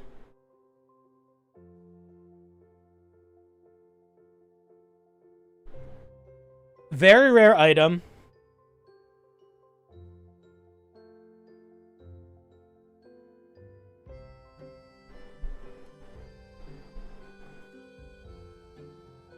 Action, plant the banner in the ground. Creatures in the area have to say a command word when they enter, or they take cold damage. Let's make this a con save. They're level 7. Make the DC 14. Or take, and we can make this a little higher. Take 1d6 cold damage of the movement speed. Okay, perfect. In the area, they make perception investigation checks that rely on sight or sound at disadvantage. And then any creature can remove it. Thing 2, as an action, and you can just do this infinitely. But it takes an hour to activate. It could take an hour or it could take 10 minutes. An hour is good in that you really have to like plan to use it, but 10 minutes is also kind of okay for that. I think we keep it at an hour though, just to keep it from being too taken advantage of. Like, especially because DICE said this was for a campaign where they're about protecting a town. Like, they literally could be like, oh shit, the town's getting attacked on 3 sides. We have to split between all... We're going to put this item on one of the sides and go protect the other 2. Do you know what I mean? So I think that's fine.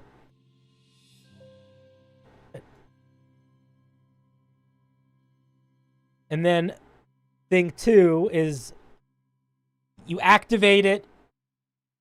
It's an action to activate. Everybody within the area deals extra cold damage and becomes resistant to cold damage and avoids difficult terrain from snow and ice. I think that's really good too.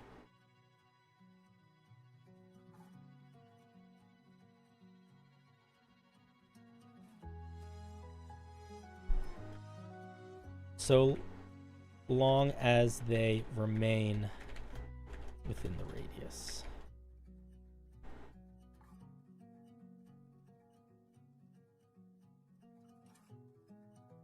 Within 30 feet of the banner. No, of you. Because you're holding the banner. Put a little paragraph break there. They would use the word emanation. They would. This is not written with that language in mind. I apologize.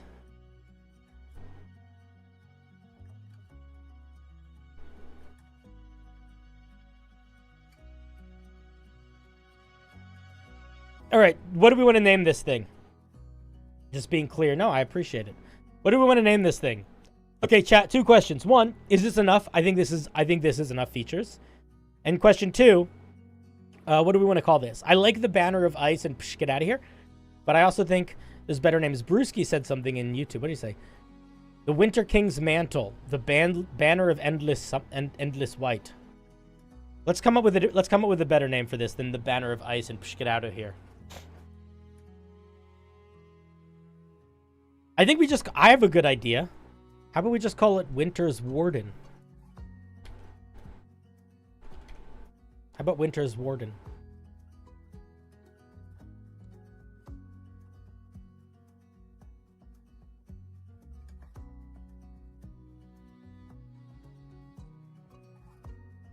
Standard of Frost? Standard of Frost is also a really good name. I like that name a lot too. The Snow Veil. Okay, I'm giving you a bunch of options here. I don't know what to call it. So we're going to do all of those. I think it's pretty good though, man. I think we're done. I don't think we need to spend any more time on this. Am I missing anything that you would need in order to use it? I don't think so. I think we got it all. A once a day AoE, everyone gets resistance to a damage type, deals a little bit of extra damage and can avoid difficult terrain. I think it's pretty solid. I think it's solid. You're trying really hard not to say ice barrier? That's okay. You can say ice barrier. I won't be offended. We won't be hurt. We'll be emotionally sound, I hope. All right, I think we're good. I think we're solid. Let's do a little round of applause. Thank you for the request, Dice. Thank you for sharing your request. It's cool item for army stuff. Yeah, I think my main intention here was it needs to be something that is going to could A, reasonably hold off an army, B, help protect a village, and C, have mechanics that the monster and dungeon master could use in the combat that's introducing the item. And I think this is doing all of those things. Because what I'm imagining is when you fight this boss, this first effect is going to be happening. And then, at some point in the fight, the boss could pick the banner up, hold it aloft, and then empower all of his minions. You know what I mean?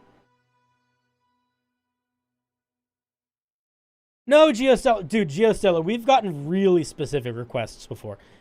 Genuinely, I am super happy to get a really open-ended request or a really specific request. Like, we're basically doing a problem-solving game, so the complicatedness or the specificity of your request, the more varied your requests are, the more fun it is for me, because it allows, it's the same thing with like variation in anything, man. If I have to do one really specific thing and one really open-ended thing, that's a lot more fun than two really specific things or two really open-ended things. For me, anyway. Maybe not for you, but I'm made of ice cream and you're made of potatoes. And we'll see who gets dessert first. You know what I mean? It's going to be ice cream. Boom! Anyway, thank you, Dice, for a great question. Really fun item. So far, both of the things that we've made so far are things that I would use in my game, like, tomorrow. The second one, I think, would need to require a little bit more of specificity, like, for the logic of it to be, not for it to be balanced, but for it to be, I'd want there to be more intention behind it, just because it is more of an intent, I feel like it's an item with more intention, but both of those feel very usable. Also, guys, just remember, I will be posting this document in the video description on YouTube after this, as well as in my Discord. So all of this homebrew will be available for you to use immediately at the end of stream. And you'll be able to find it in the video description on YouTube or the Discord. Let me, did anybody else submit anything? Nope. Okay. You're made out of poutine? Okay, Canada. Buggada buggada buggada buggada buggada buggada buggada buggada buggada buggada buggada buggada buggada buggada buggada buggada buggada buggada buggada buggada. Who's next? Fluffcopter. Alright, what you got for us today? Let's see. You were the most recent person to submit something, I think.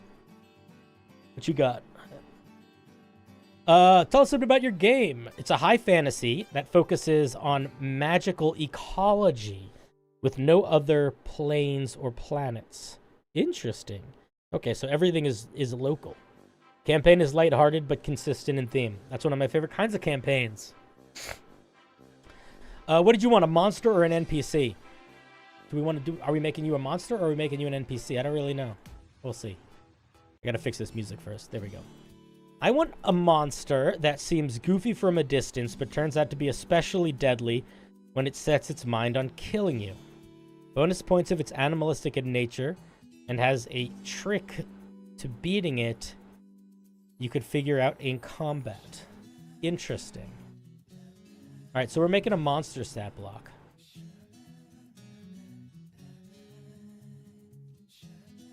Okay, monster. You didn't say what level your party was. If you're here, Fluff, let me know, because that will help me determine. Party is level 6. Okay, thank you. What information do we have? Level 6 party. What else did you say? Goofy from a distance, deadly up close.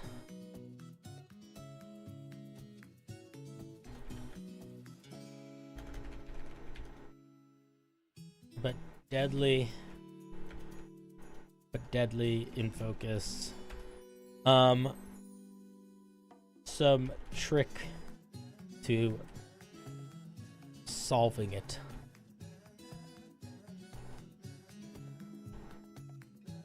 Okay. Let us think for a moment. Let us percolate here. Let's start with goofy from a distance but deadly up close.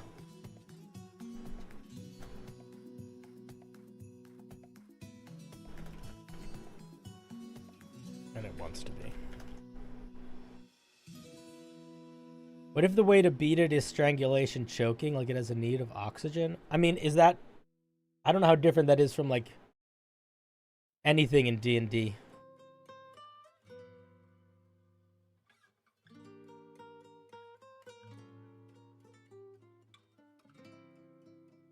The spooter?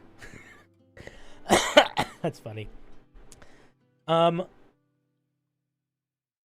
think that choking strangulation is both not something everyone likes in their games. There's a level of visceral violence to that I don't want to assume that everybody's comfortable with at the table. It's weirdly sometimes, I think, more violent than stabbing a monster or a person in video game space. I also want it to be something that they could discover mid-combat, and the likelihood of someone attempting to choke a monster or use a feature that makes a monster not be able to breathe is pretty unlikely. It's not a high chance that that's going to happen, so I think we're going to not go with that route. Let us see, where do we want to start this thing? All right, you know what we're going to do? We are not going to build this thing in ttrcube or anything like that, because I was getting really annoyed with ttrcube when we used it last time. We're just going to build it in here. Okay, so we need HP, AC, Strength, Dex.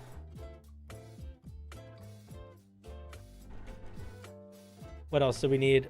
Con, Wisdom, Int, Charisma.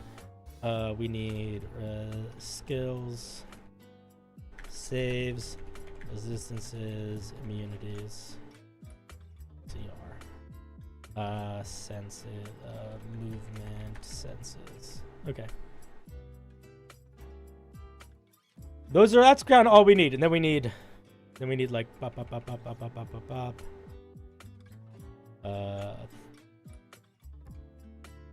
Passives. Actions. Bonus actions. Reactions. Okay, boom. Easy peasy lemon squeezy. Ooh, a sloth or a Snorlax. Yes, yes, yes. Oh my god. Okay. Okay, what if it's this? From a distance, from a distance, it looks like a super fat, sleeping, cuddly animal. Like a cat or a corgi. But like 10 feet tall and really fat and chilling. Okay. It also needs size. Okay. Size. The size is going to be large. Should it be huge or large? Size is going to be huge. So when a creature is huge, that means their hit points are based on... They use D12s, I think. So it's got D12 hit points. All right, let's see. This thing is going to be... Okay, so here's what... But... It's more of a Venus flytrap. The cat head is just a lure. The mouth, this creature's mouth is this creature is more like frog. The mouth that takes up like 1/3 of its body. Yeah, belly mouth. Exactly. Exactly what I was thinking. So it's like from a distance, it seems like a super cuddly, chill, sleepy creature. And then when you get close, its belly opens up and that's its mouth. And it's like eyes are on the side and the little head that was yawning is like a squeaky toy lore thing. Yeah. Okay, so we want this thing to be like roughly CR, let's say CR like 7, 8, give or take. Let's make it large so it's not quite as scary.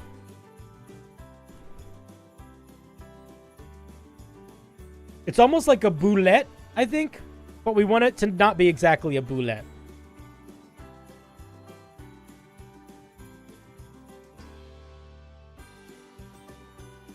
Oh, what if it's nocturnal so bright lights blind it? Yeah, I like that a lot. Okay, let's keep that as let's put a pin in that.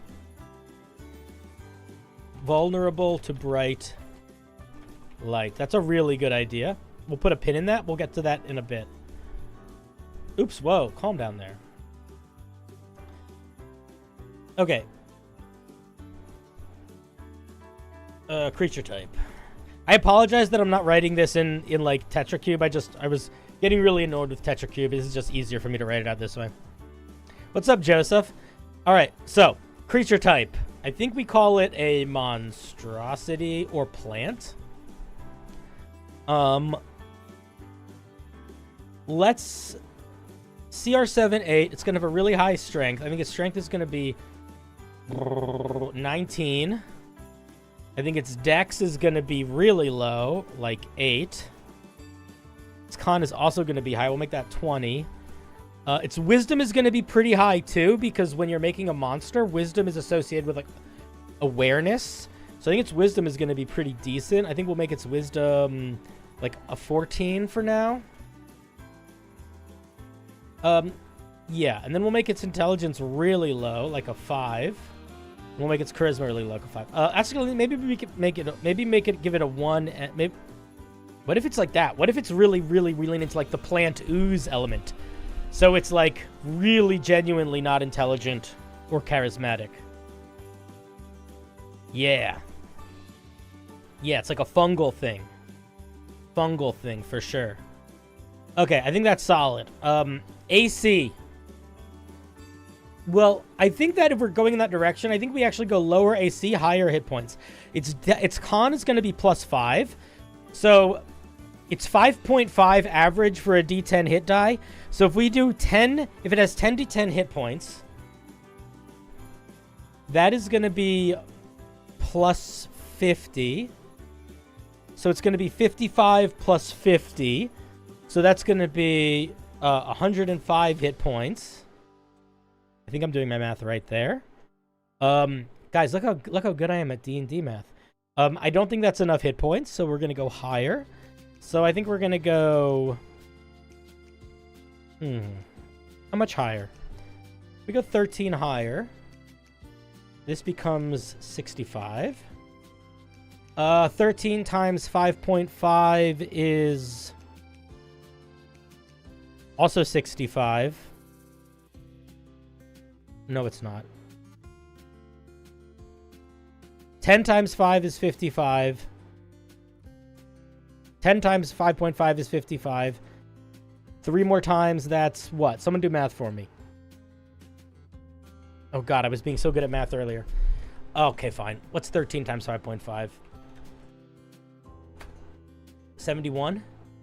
Okay, 71 plus 65 is 130-ish? 136?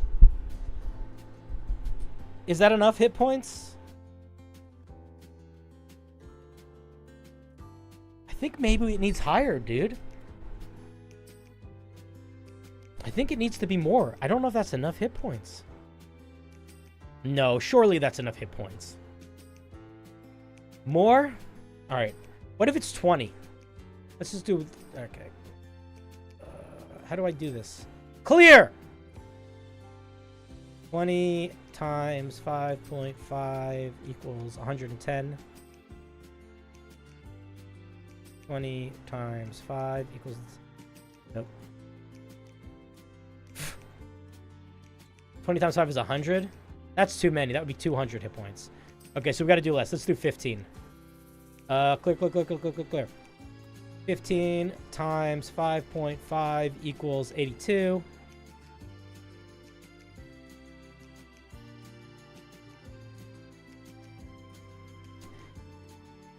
And then we do 15 times 5. Nope, not plus. 75 plus 82 equals that. I think that's good.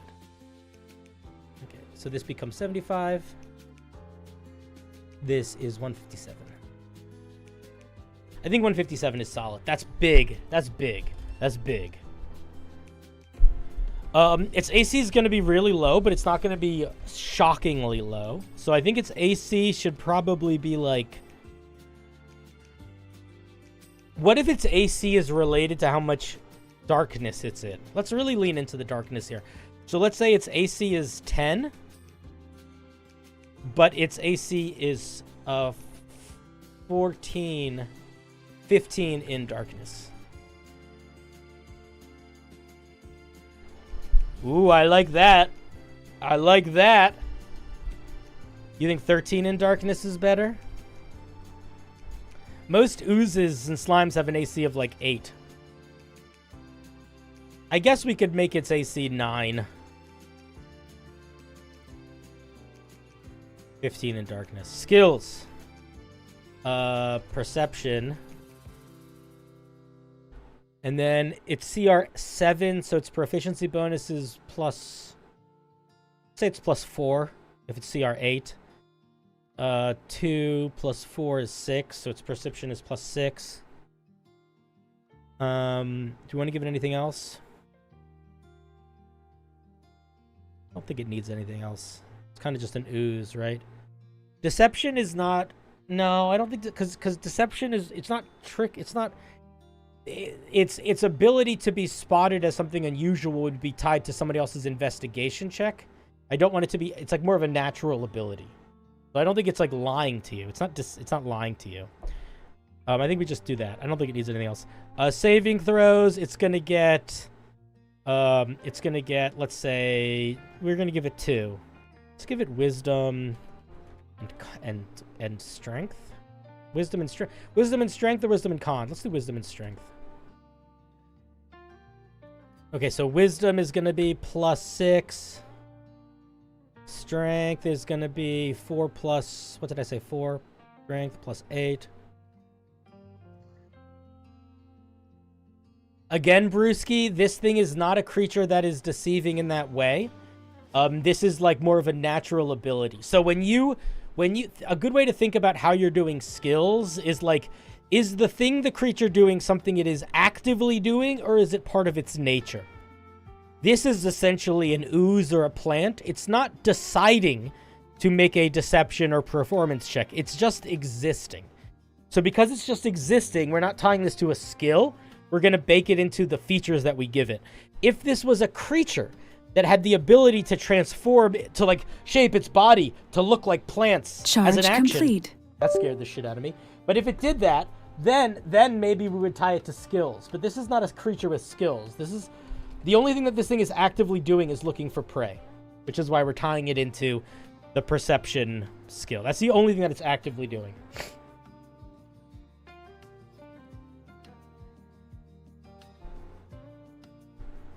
Whenever you're making monsters or anything in D&D and you're deciding where to put features, a lot of it is going to be about not just how you want to implement those features, but like where does it literally make sense on the monster. Depends on what kind of monster you're making. Resistances. I think it's resistant to... It doesn't really need that many resistances. There's a lot of hit points. Non-magical... Oh, I know. Non-magical. What if it's I know. It's resistant to blood... How do I spell bludgeoning? Bludgeoning, slashing, and piercing damage while in darkness. Okay. Immunities, charmed, frightened. I don't think it needs any other immunities. Movement, let's say it's got like a 10-foot movement speed. 10 foot? Should it be faster than that?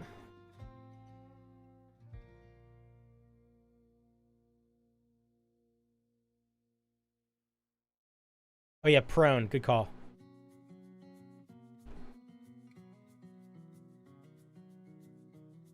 Yeah, prone.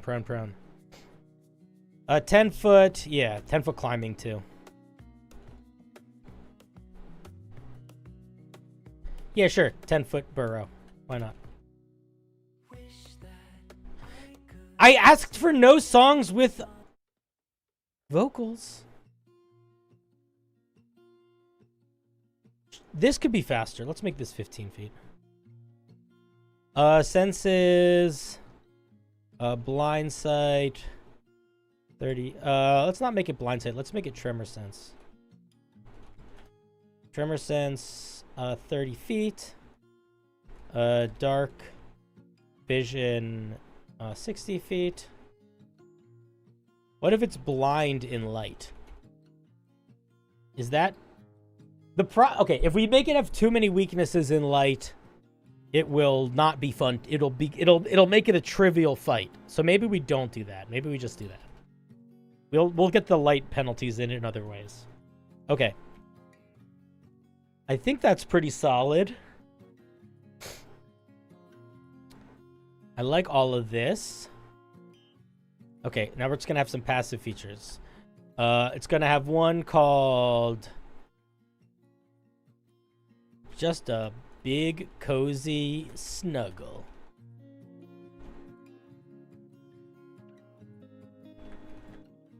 From a distance. What are we calling this thing? I don't know what we should call this thing. The monster is indistinguishable from a snoozing giant,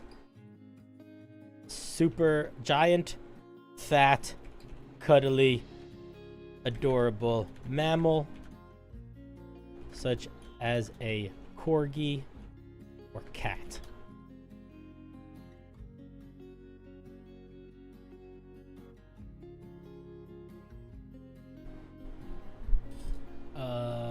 Creatures can make an investigation check, DC 15, to determine the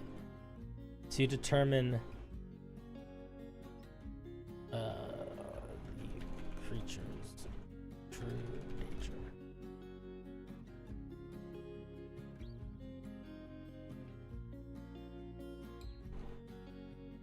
I don't like that. I used the wrong apostrophe. In darkness, they make this check at disadvantage.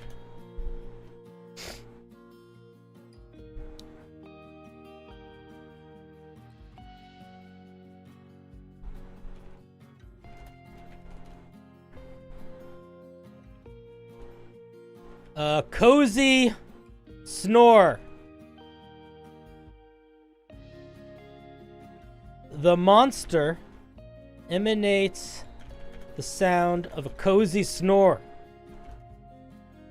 Any creatures that can hear the sound within 60 feet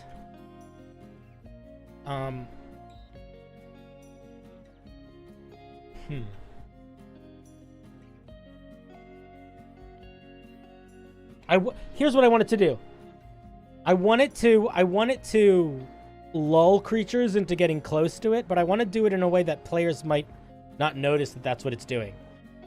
So I almost want to be like, how do I write this mechanic? How do we write that as a mechanic without forcing players to make a saving throw?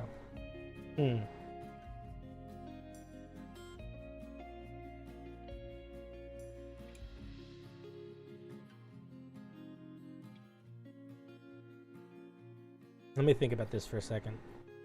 What if it's any creature that can hear the cozy snore, believes that this thing is non-hostile regardless of skill checks? Could that be how we write it? Because that way people could try to make skill checks, and whatever they say, you say, seems not hostile.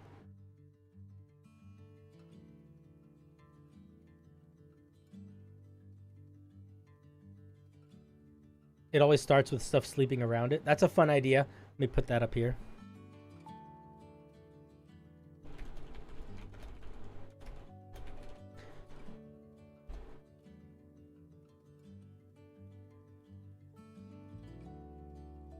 So they think they know what it is, then bam. Yeah, for sure. Okay. Any creature... Actually, do you know what? We might not even need this. No, we'll keep it for now. Cozy Snore. The monster emanates a sound of a cozy snore. Any creature that can hear the sound within 60 feet that is not immune to the charmed condition.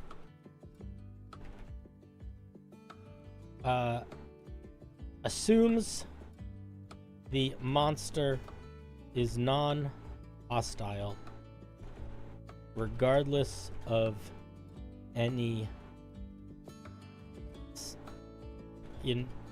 regardless of any checks or abilities to determine its nature. How about that? Ooh. I like the way that Patrick wrote that.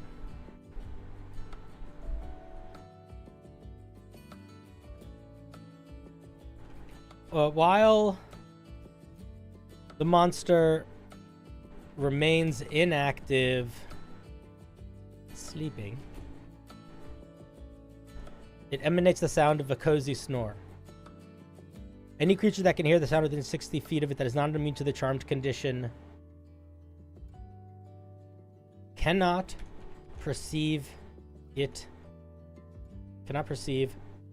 monster as threatening, regardless of checks or abilities.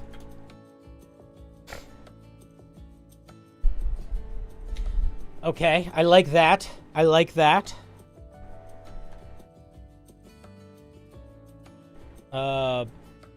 Power in dark.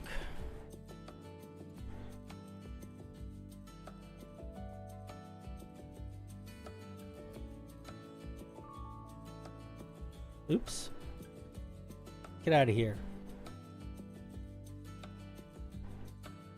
While in dim light or darkness, the monster has a...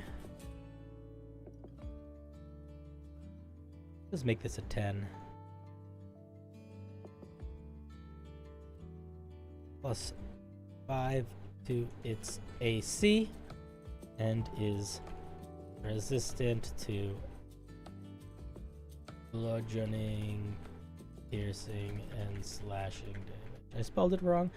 I always spell it wrong. Light from any source.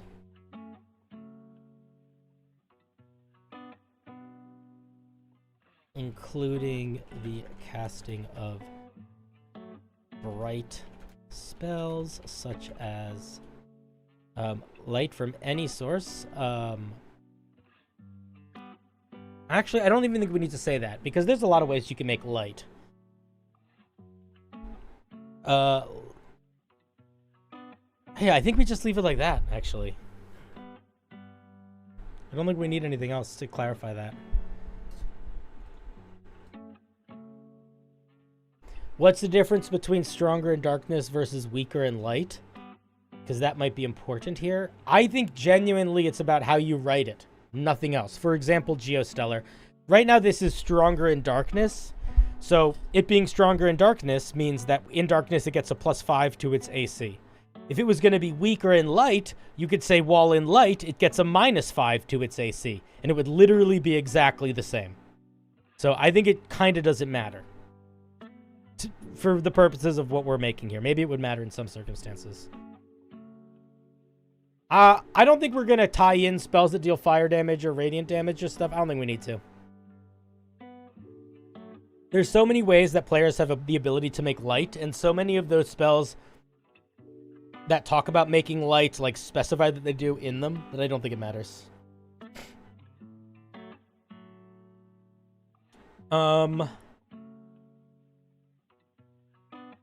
Okay.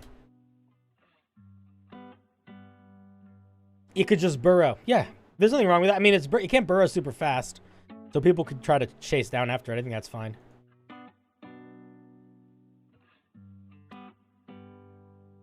Alright, let's give this thing some... Let's give this thing some stuff it can do other than these things.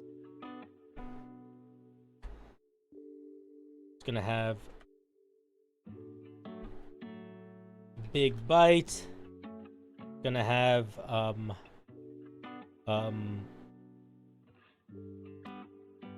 lullaby. It may be bound.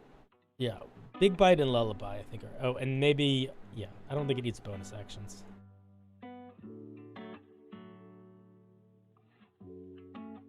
Oh, we'll keep it there for now. Let's see. Start with multi-attack. The monster can use its lullaby. Can use its big bite and lullaby feature if available. I don't even think we need to say that.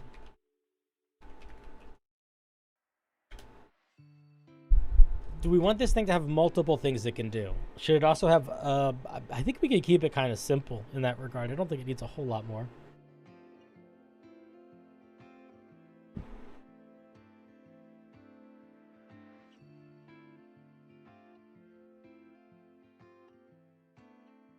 Actually, I have a different idea. Inhale. Chew. Lullaby. Okay, the monster can use its inhale and chew. The monster attacks with its inhale and chew. It can replace either with lullaby if available. So it's going to have three things. It's going to have a swallow feature, a gnashing feature, and then it's going to have a lullaby feature. Inhale. The monster opens its true mouth. And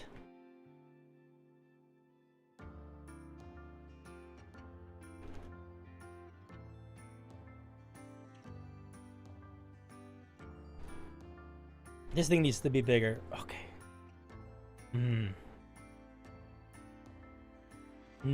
Actually, no, we'll figure it out. We'll figure it out.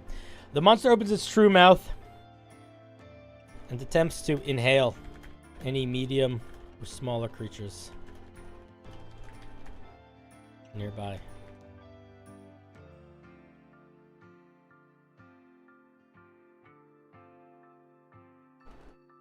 How do we word this? Medium or smaller creatures in a 30-foot cone emanating from it. Creatures in the emanation must succeed on a DC 15 strength save or be pulled 25 feet, no 20, towards the monster. If this movement would put them within 10 feet, 5 feet of it, they are swallowed into its gullet.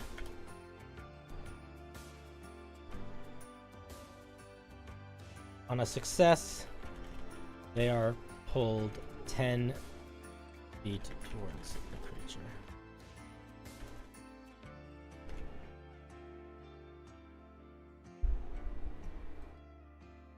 What's up?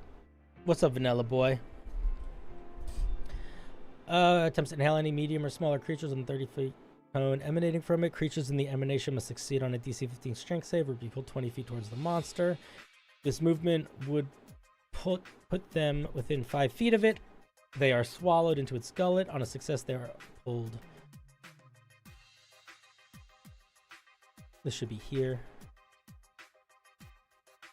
Because now, even if they're too close, even if they succeed, they're still swallowed into it. For every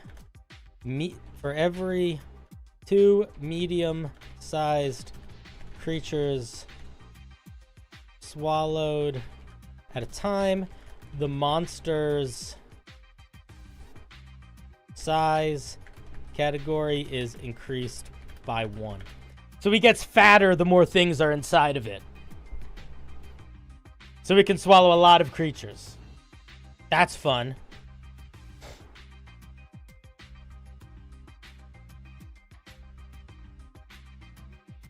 I like that. This thing needs 1 more attack, by the way. Chew. The monster chews. All creatures trapped within its gullet must succeed on a DC. Let's keep it 15. 15 con save. Or take. How much damage should this do? Their CR 7.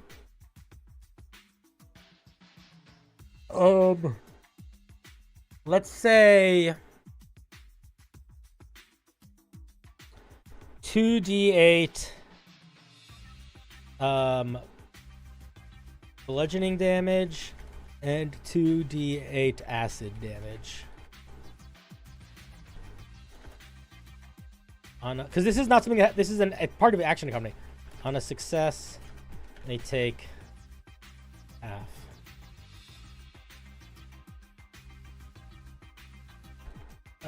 Creatures swallowed by the monster can use their action to attempt to break free.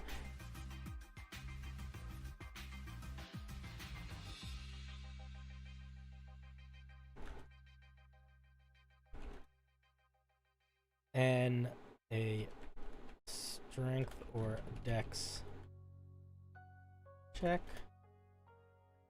Let's keep it all 15. Keep it easy. To attempt to escape. If they succeed, they appear in the closest unoccupied space with half their movement. Or should they just come out prone? That's fine. It's kind of the same thing. I don't think it can inhale. I don't think it can inhale large creatures. I think we don't need to overcomplicate it. I guess we could.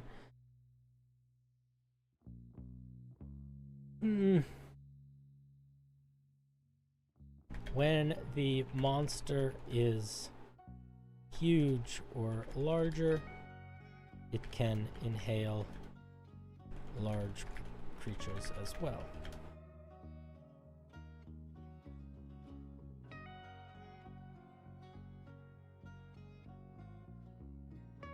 I like that. Chew. Okay, lullaby. The monster sings a lullaby. All creatures within, let's say, 15 feet must succeed on a whiz save, DC 15, or be lulled to sleep. They gain unconscious condition.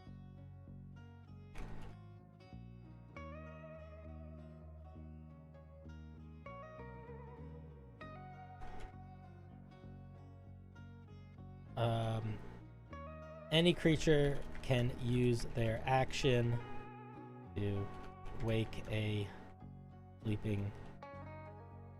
We wake them.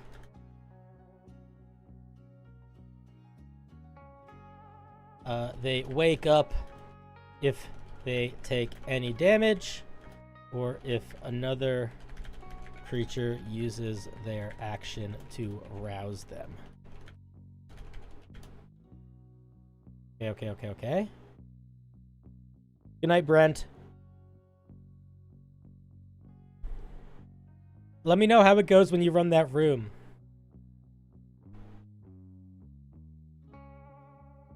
It keeps trying to correct me, but I'm pretty sure this is the way to do it.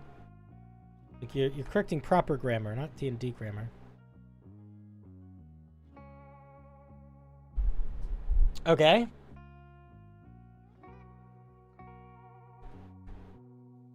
And then we're going to give it one more feature. Roll away.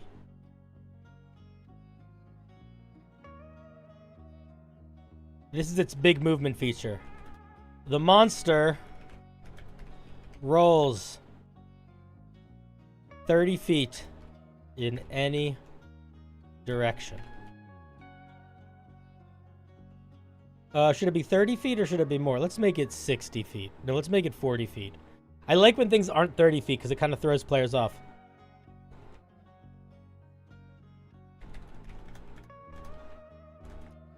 All creatures in the path must succeed on a DC 15 Dex save to avoid being hit, or on a failure, they take 3d8 bludgeoning damage and are knocked prone. On a success, they are pushed to the side. If a creature fails by 5 or more, they are swallowed by the monster, as if failing against its inhale feature. How about that? I like that. I think that's cool.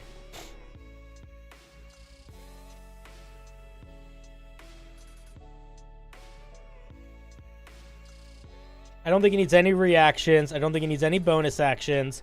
This monster is very similar in nature to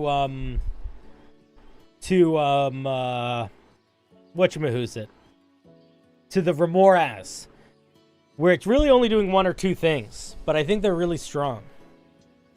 How do we feel, guys? I think this is kind of good. I don't know actually if I need to. The only thing like I might play around with is like the spell saves, the save DCs. Yeah. I'm also just gonna maybe take the word passive out.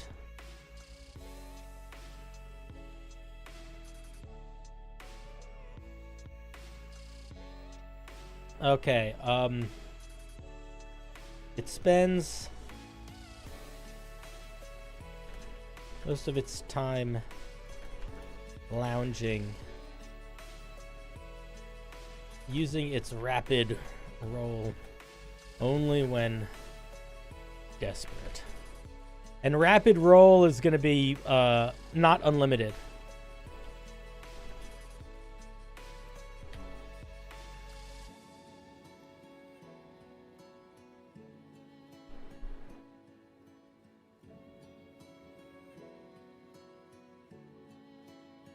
Okay, so it can inhale and chew, or lullaby and chew, or lullaby and inhale. Okay, we need to fix 15 feet. What's the range on this? 30 feet. I think this should be 20 feet. No, it can be 30 feet. It can be a little far because it adds an element of fear when it pulls them close, but not quite close enough. And it has no basic attack, so it's really kind of just like a plant.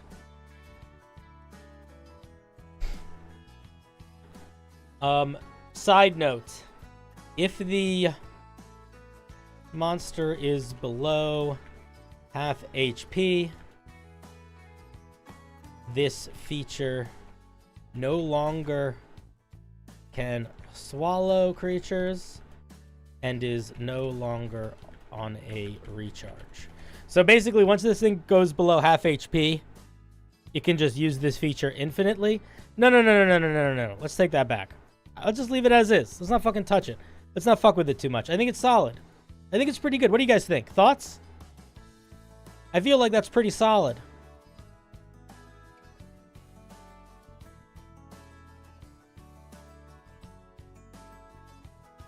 The only thing that it's kind of missing is like a basic attack. But I kind of like it not having a basic attack. It makes it kind of weird, right?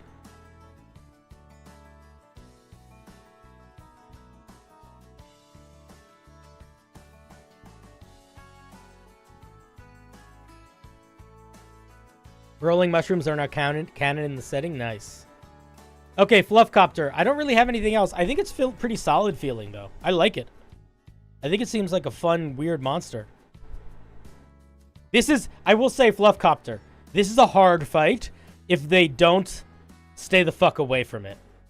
This will kill them. Just be careful about this. This is definitely more for a for an unprepared party. This is definitely closer to a.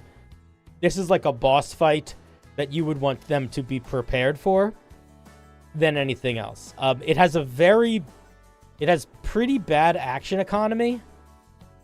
But yeah, it's basically a big trap. But they could definitely beat it if they can figure out its nature. So this is a monster that is gonna definitely punch a little bit above its weight class if they're level 6. This is much closer to a level 7 or 8 party monster in more of a traditional fight. But it's pretty slow. So if they can kite it or just, you know, blast it from afar, they should be good. I think that might actually be fine. It's just something you want to think about. Yeah. All right, cool. I think it's solid, dude. I'm not going to add anything else. I feel good with it. I feel good about it. Let's say thank you to Fluffcopter. Thank you for sharing.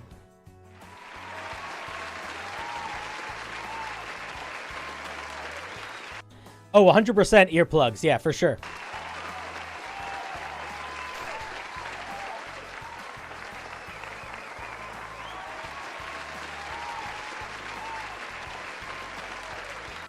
Thank you, thank you. Feel free to change anything you don't like. Or keep it as is. Yeah, it's like a plant. It's like a non-mobile siren. It's just living its life.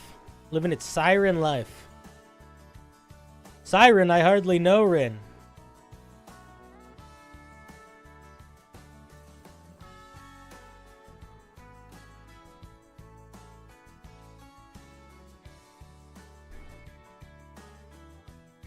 All right, let's go. Poof. Anybody new? Any new wheel posts? Wait, let me... The wrong thing. We got Bildo on the wheel. We had him. AKA Dilbo. All right, let's give her another spin, shall we? Bugget a bugget a bugget a bugget a bugget a bugget a bugget a bugget a bugget a bugget a bugget a bugget a bugget a Lorg or Sponge? Lorg or Sponge? Oh, Sponge! By a nose! Alright, Sponge.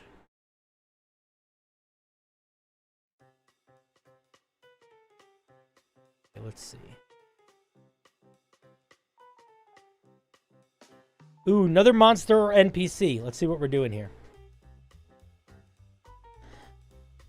The oh, it's an NPC. Nice. Okay.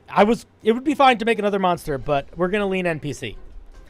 The NPC I'm looking for help with is a cultist to a chaotic demon that preys on the ambitions of mages. Ooh.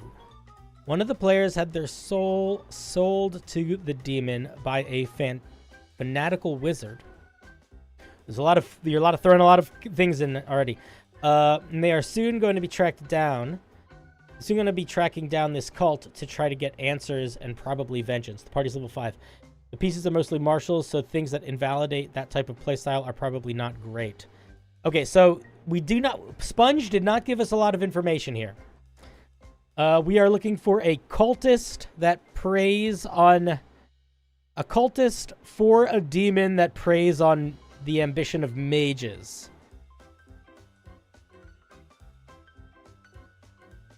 Okay. Let's change this song first of all.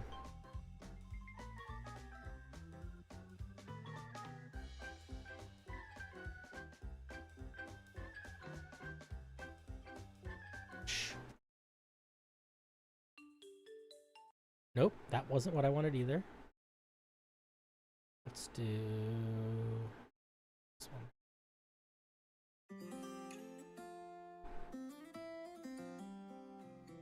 You can always go back and re-edit submissions. You should be able to. I'll change if you can, I'll change the document so you can. Well, you're in chat, Sponge. Is there anything more specific you want us to go off? Because to be honest, this could be literally anything. Like, I'm happy to make a cultist that works for a demon, but that's so open-ended. If you want to give more details of what you're looking for, let me know now. I'm happy to abide. But if you're like, nah, I don't care, make it whatever, then I'm happy to make it whatever. Okay, next piece. Cultist, NPC, NPC. Works for a demon that targets... what did you say? What was the wording you used? Ambitious mages. Okay.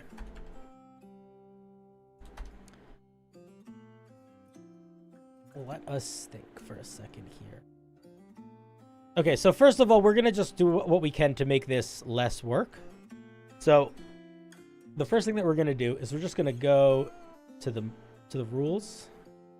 We're going to look up some human-shaped creatures. What level is your party? Like, are they supposed to fight this thing? Did you say what level it was? Party's level 5. Okay. So let's find a CR5 humanoid. Just see what that looks like.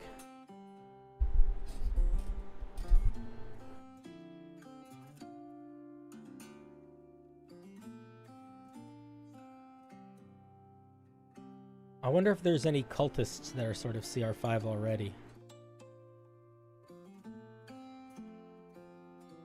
There's so many. Sort of surprised at how many there are.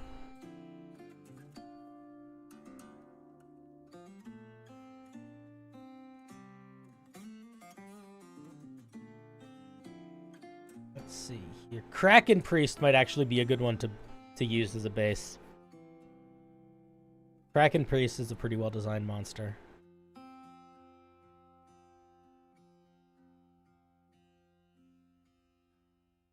Check out Master Sage. Let's see.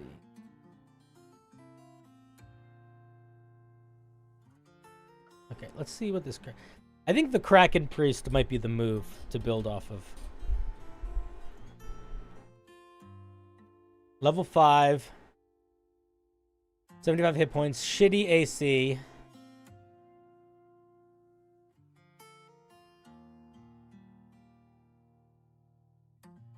Couple spells. Big hitting attack. Big special move. I mean, that's not bad. That's a pretty good base, I think.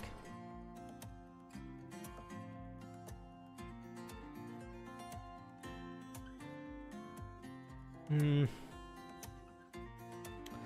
don't know if it fits the vibe of what you asked for, though. What does this guy do? Just a shit ton more spells? That's boring as fuck. God, NPCs are so boring.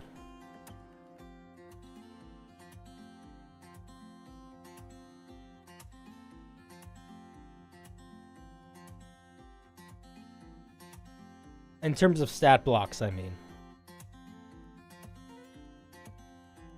Okay, let's base this off of the Kraken. Is the Kraken one that's... Where is the Kraken one? Volos? I want to base it off of one that anybody can use. right, let's just do a little test here.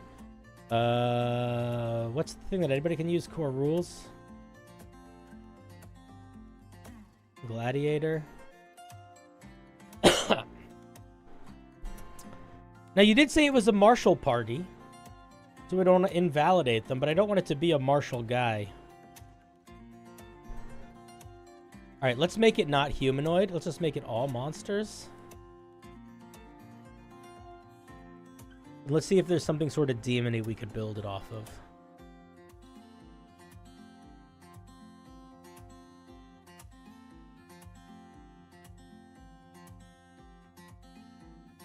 Mesolith is not a bad idea.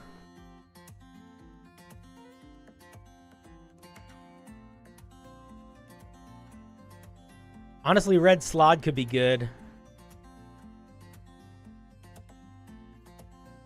Revenant. We want to find something that's like 30 to 50% of the way there. And I'm not really seeing it. I think Mesolith is the closest, but what's their stats at? Yeah, their stats don't fit. All right. I think we maybe stick to the Kraken Priest. Okay. All right, we're going to start with the Kraken Priest. Okay. This stat block is built around the Kraken Priest. But the following changes.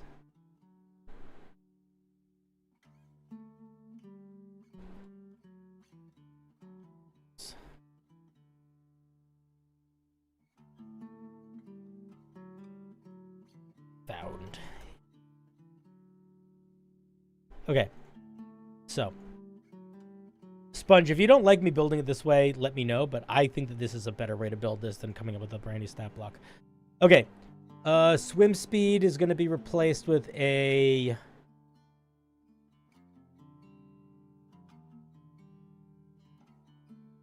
Oh, man, this is I feel like I'm half-assing this. Sponge, you literally haven't said another goddamn thing. Give me some direction, or I'm going to do this in this direction, and I'm going to feel okay about it.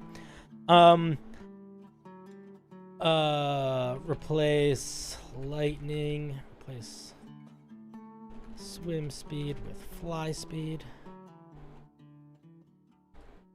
Replace lightning resistance with fire.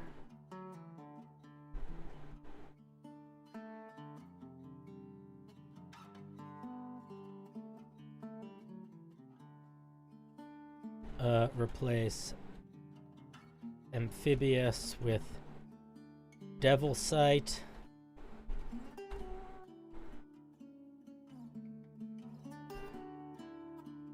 What spells? Okay.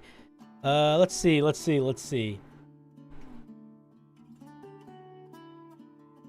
We could actually keep a bunch of these. Replace a bunch of the innate spells. Then we'll just do this here. What are we replacing? Create and destroy water.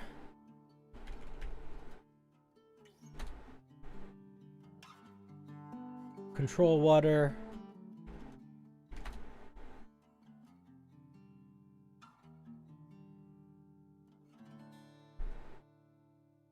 Water breathing. Water walk.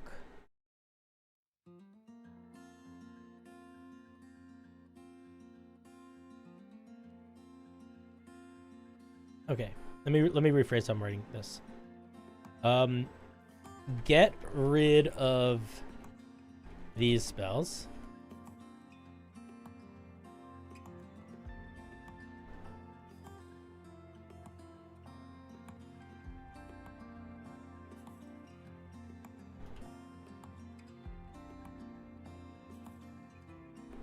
Replace them with these spells. Hellish Rebuke. Hold Person. Do they get third level spells? They did. Okay, replacing control waters. Actually, it really doesn't matter. They can be sort of any level we want, because those are all over the place. Fireball. Let's say counterspell. Spell magic. They go for ambitious wizards, so I feel like they should be able to fuck with magic a little bit. So either dispel, I think dispel magic.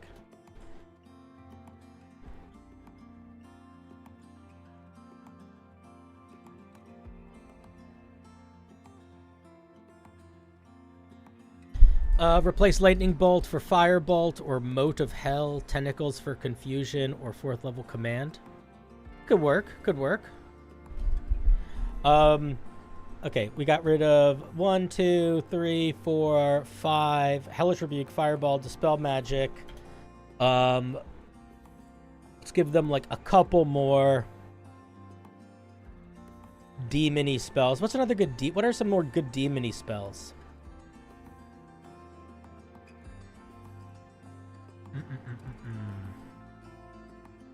Oh, it could literally summon demon. What was that spell called? Summon.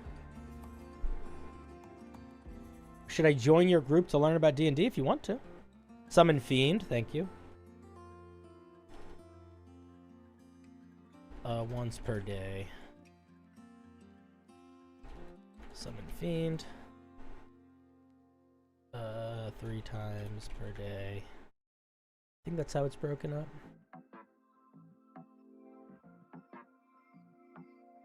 Should they just get Hellish Rebuke at will? That would be crazy.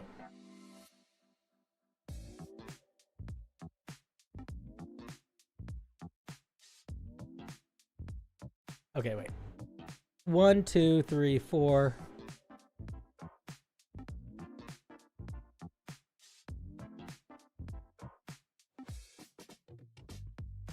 Fuck it. Maybe we give them Hellish Rebuke Infinite. Is that crazy? Or Dispel Magic Infinite?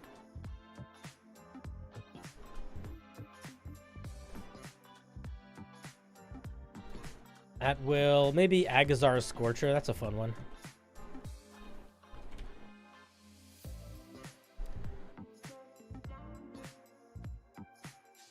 It's very fire-oriented. What's something else that we could do that's not so fire-oriented? Maybe it's okay that it's fire-oriented. No, we're not giving Dispel Magic Infinite. That would be crazy.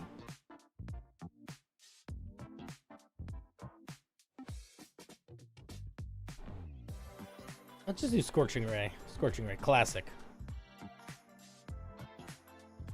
Okay. That feels good. I think Thunderous Touch.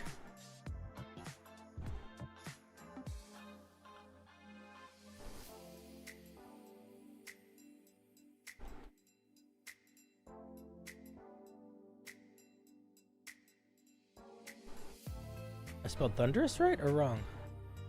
Spelled it right. Becomes Soul Touch. Now deals... How much damage did Thunder do? 5d10. Let's make it 5d8. 5d8 necrotic damage, and the target cannot regain HP till the... How does it work with Chill Touch? It's going to do Chill Touch.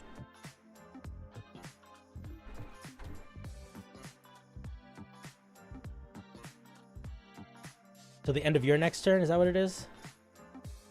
Yeah.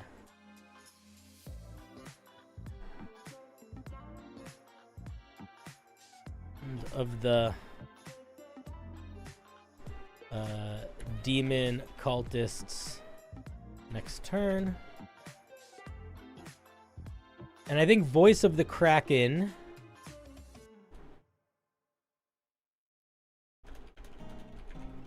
becomes unknowable. Whoa. Unknowable knowledge.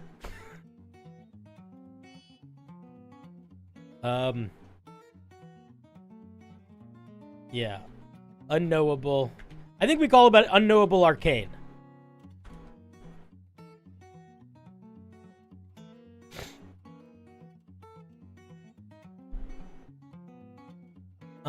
And this does 300 foot. Everybody has to make a saving throw or become frightened. I think we copy a lot of that, but not exactly.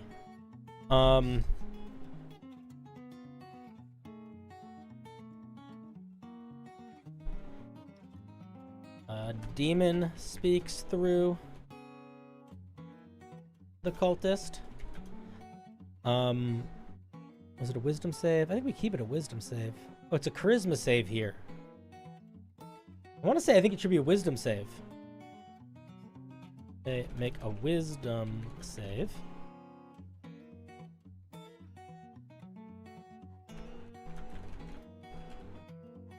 Just gonna write it out. I'm just gonna write it out. All creatures that can hear, all creatures within 300 feet of the demon priest make a DC 14 wisdom save. And a failure. They are overwhelmed with arcane knowledge.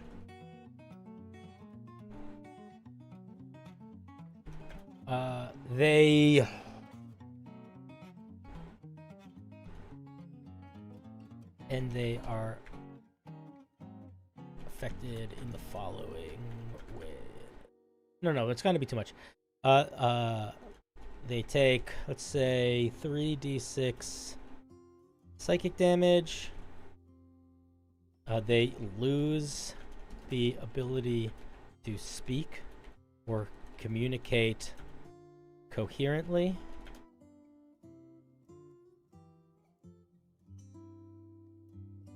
And if they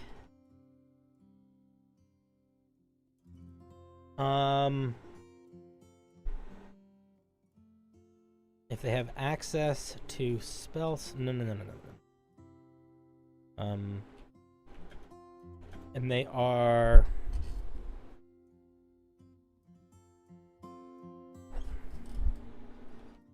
let's think about this for a second.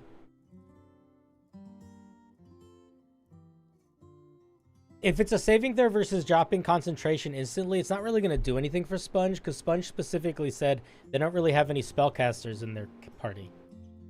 So I don't want the features to be too focused on dealing with spellcasters, or they're not really going to get any use out of this thing.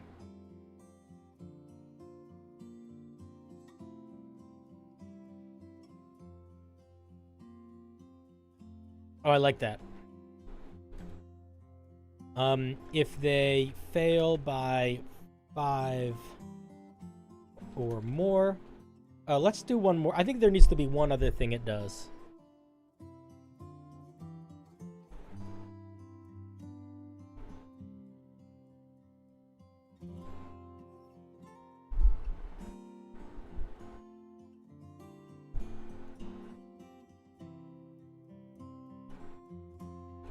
They must immediately use their reaction to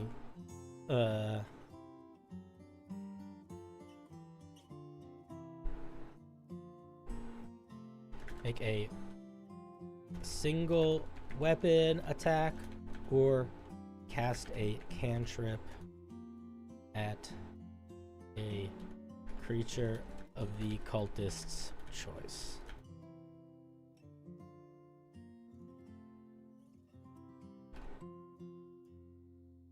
Okay, I kind of like that.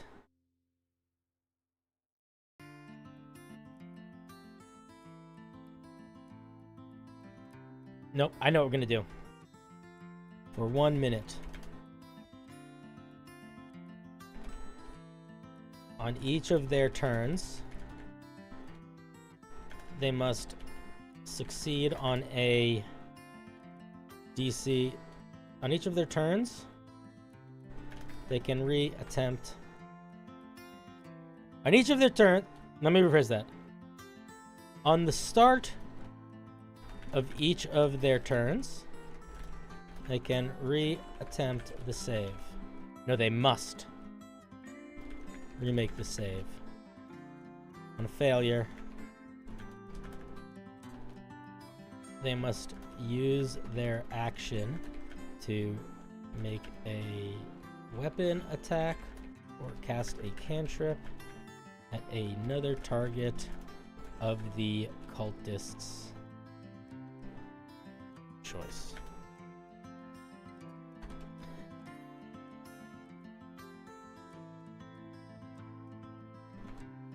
On a success, they take half damage.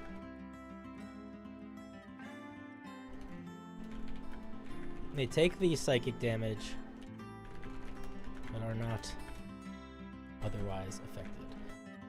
So it just always is going to do a bunch of psychic damage, which I actually think is fine. The effects remain for 1 minute or until a creature succeeds on the save.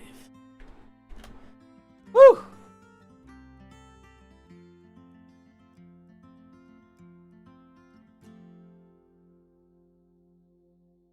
Why would it target them if there are no casters? What are you talking about?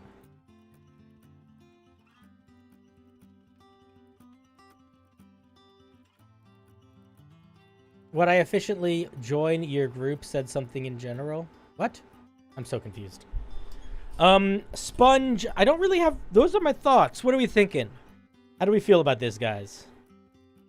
I think it's pretty cool. I'm going to be honest. It doesn't really have that much to do with this thing being anti-wizard, other than it getting the Dispel Magic feature. And then people not being able to talk.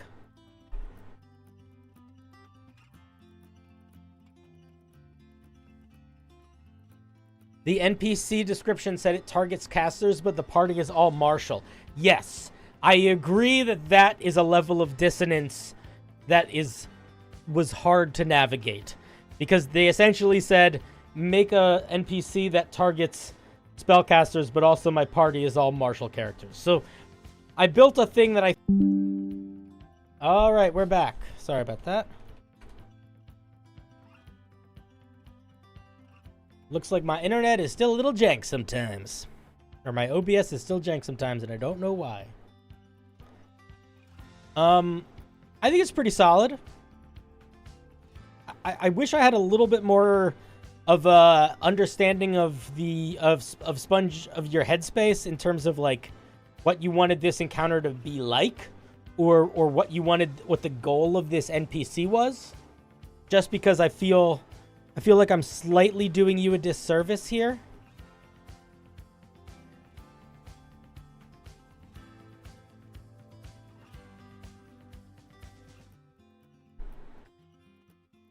But that's just me.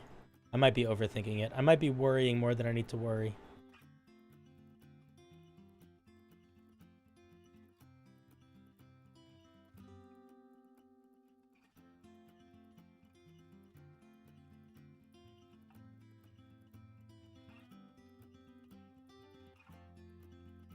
Okie dokie. Sorry about my Discord, my OBS keeping fucking up. I really don't know why it's doing that. Okay, I think we got time for one more.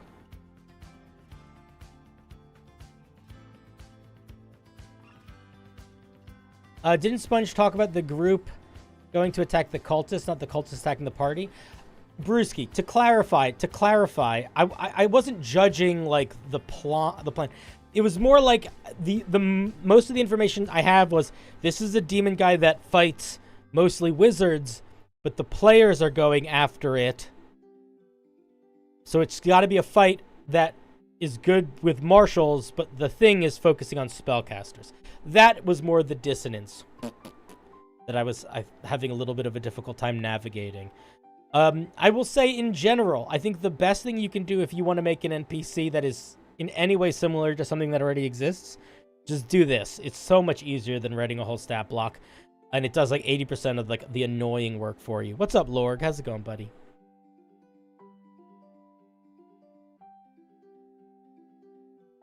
Yeah, like, so for just to clarify, in the forms that I do, I have two sections. One is tell me sort of about what's going on in your campaign, and then tell me like specific details that are important to keep in mind.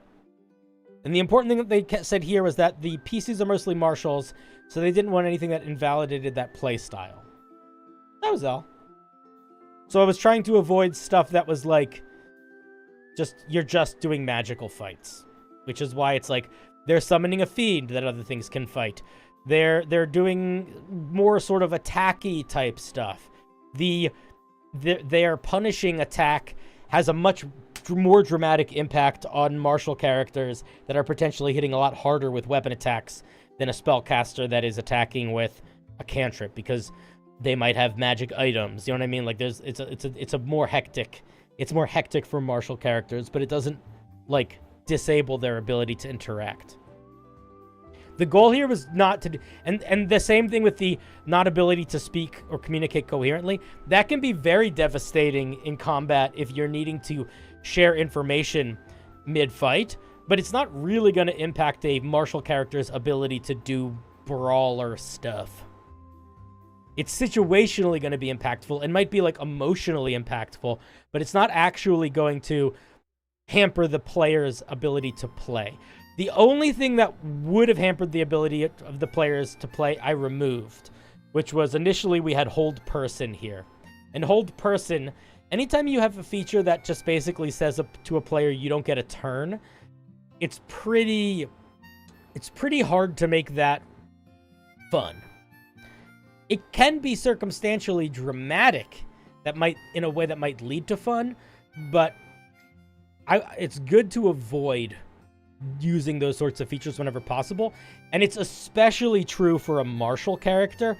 Think about it like this. If I'm a spellcaster, if I cast haste on the barbarian, and then somebody casts hold person on me, I'm paralyzed. I can't do anything. But even though I can't do anything, I'm still sort of able to impact the battle because the barbarian still has the haste that I had going on. There's very few features that martial characters get that last more than a round. So if you are doing a lot of paralyzing, immobilizing martial characters so they're not getting to take their action, it's almost equally not fun for a martial character or a spellcaster, but it is more dramatically impactful for the specific player if it's a martial character 99% of the time. Just because there is the slight chance, if you are a spellcaster, that you are still impacting the game, even if you're not able to do anything. Make sense? I don't know if that logic is sound, but it's the logic I'm using. All right, let's make we're going to do one more spin of the wheel, and then we are going to call it a night. And then, guys, when I finish stream, I will post in my Discord and in the D&D Shorts Discord about my stream tomorrow. I literally just have to make the thumbnail for it, and then I'll do that. Including the form, so people can start sending in their Artificer subclasses that they're working on. Buggada buggada buggada buggada buggada buggada buggada buggada buggada buggada buggada buggada buggada buggada buggada buggada. We got ask.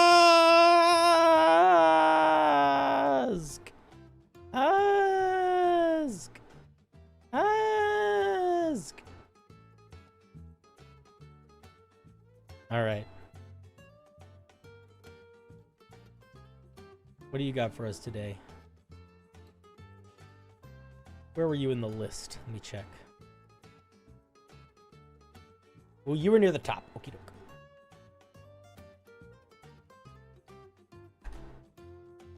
A magic item or a boon or a character thing. Tell us a bit about your game world, blah, blah, blah. I wanted to make some mushroom-themed buffs for my players. The buffs will be an item that makes a handful of spores per day. Probably proficiency bonus. If it's an item that is intended to affect all the players, I would just make enough for everyone to have one. I wouldn't base it on proficiency bonus. Characters are level 4 and are a Draconic Sorcerer, Oath of Glory Paladin, a Purple Dragon Knight. Ooh, I feel bad for whoever went that way. Purple Dragon Knight is so weak. And a Healer Sidekick. All right, we're going to ignore the Sidekick. They don't matter. The spores in question will have a name. We'll have names of in-game fantasy mushrooms. So they're... Wait, what? So these are not all the same mushroom? I'm confused. The names are Blast Crown for the Sorcerer, Dawn Root for the Paladin. Okay, Azg, you're here. What the fuck are you talking about? So is this 4 completely separate magic items that you're looking for? Is that what's happening? You're looking for a thing that makes 4 individual things? Or are you looking for a thing that anyone can use? I'm a little confused. I'm going to keep reading. Clarify what I just asked you in the chat. I want the buffs features to be something other than straight damage, but the only idea I have for the buff is for the buff for the sidekick will be... We're not going to worry about the sidekick. They don't need anything. The paladin is trying to be a protector type. The sorcerer is focusing on boosting their firepower. Well, that's pretty damage-oriented. I was thinking the Dragon Knight would just get extra breath weapon, maybe from a different type of dragon. I'm out of ideas for the other 2. Ask, what are you looking for here? Is the goal here a magic item that creates a number of magical spores that everybody can choose if they want to use? Or is the goal here that everybody gets a special thing they can do once a day? I don't really understand. Because it feels like it's unclear. Is the intention that everyone can use this proficiency bonus times per day? Or that this item gets proficiency bonus times per day use, and then you decide who's getting it, and then whoever uses it gets something different? I'm a little confused. So if you don't clarify, I'm just going to pick one of those, and we're going to make it that. If you do clarify, I will let you know. Everyone gets a special thing. They each have their own thing. So then where does the proficiency bonus number of times per day per use happen? Surely it's just once per day per character, right? Like, what are we talking about? I'm very confused. Okay, we're gonna change it a little bit, not follow exactly, because I'm a little confused on what this thing is supposed to be. So here's what we're gonna say.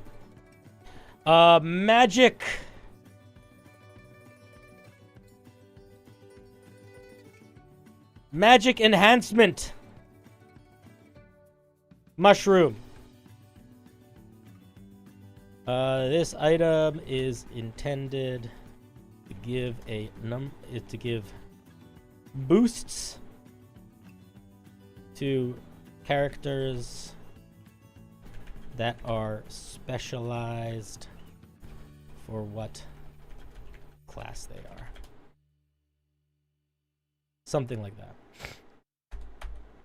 Okay.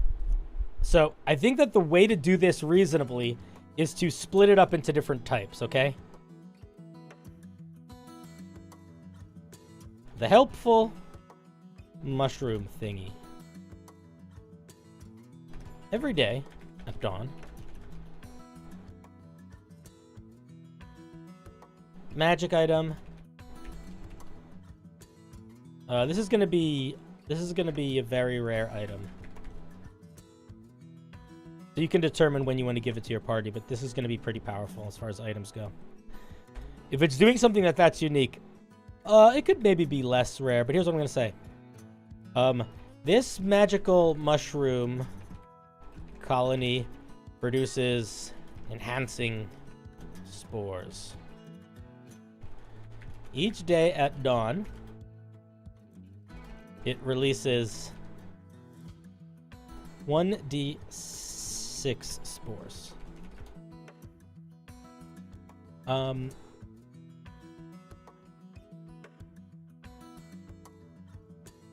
When a player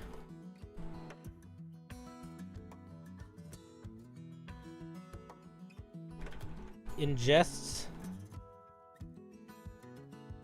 as a bonus action, a character can ingest some spores and gain one of the following benefits. until the start. And one of the get one of the following benefits. Let me erase that. Once they do,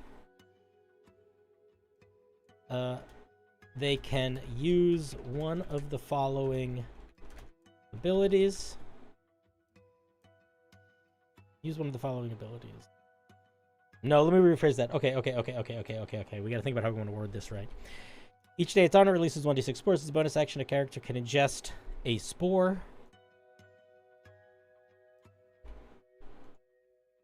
When they do, they gain access to the following abilities for the next hour.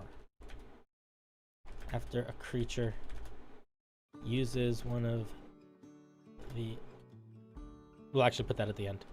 And we're going to need a martial thing, a spell caster thing, a utility thing. Once a creature uses one of these spores, the effect ends, and they cannot benefit from ingesting spores until the next day at dawn. Spores last 24 spores that are not ingested within 24 hours lose potency. Okay, so it's basically going to be like a special magic item. 24 horses. It's going to be like a special magic item that you eat it, and then you get like a special boost that you can decide to activate within an hour.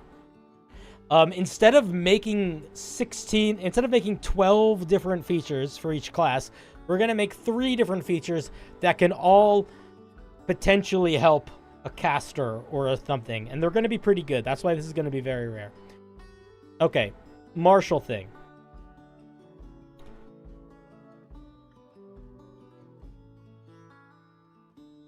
When they make an attack roll, they can either add +5. When they make an attack,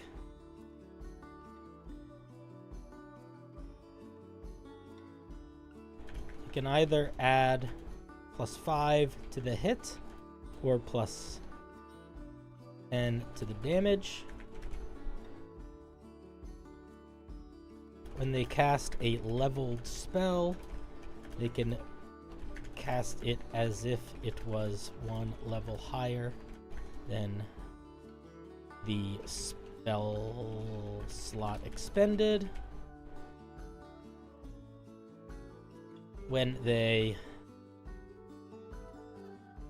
What did you say these guys were? Just want to remember. Sorcerer, Paladin, Fighter. Okay. When they make an ability check, they can add +10 to the roll.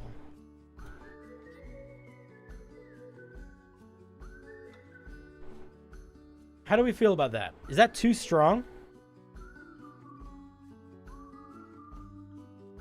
I want it to be really good, but that is maybe too strong.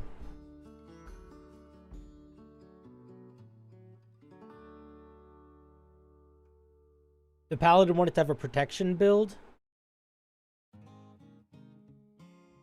Okay, so there's other ways we could build this in a very different way if we wanted to.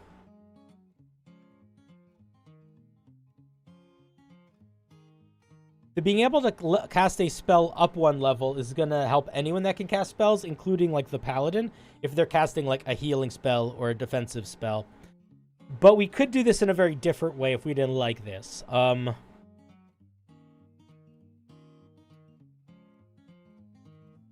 The other way we could do this is it could be when they cast a spell, They can either, like when they cast a spell, they can add temporary hit points to the target, or they can deal extra damage. There could be something like that, but I don't know if we need that, honestly.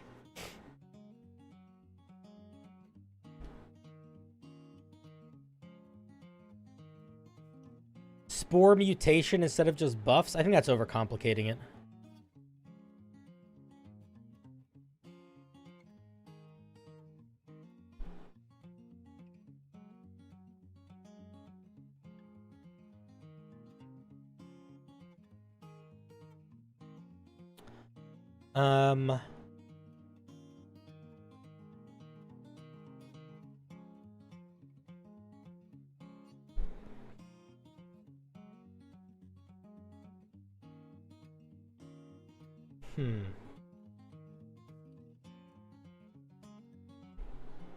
How about this? When they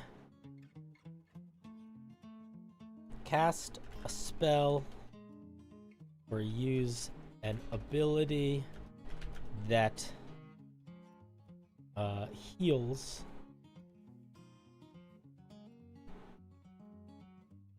they can. Well, that's kind of no. It's gonna be the same because this works for healing stuff too. No, I liked it more the way it was.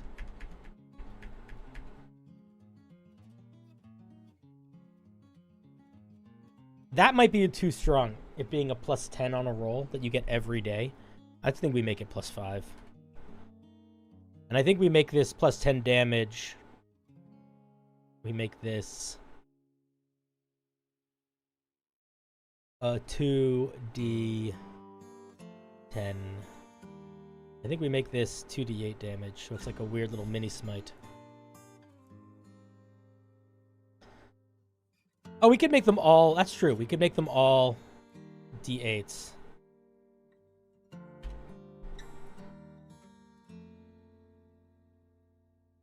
I like the flat +5 to hit, though. What's up, Dynamatrix? Your players like rolling dice? Alright, so let's make it all dice. Add 1d8 to the attack to hit, or 2d8 to the damage.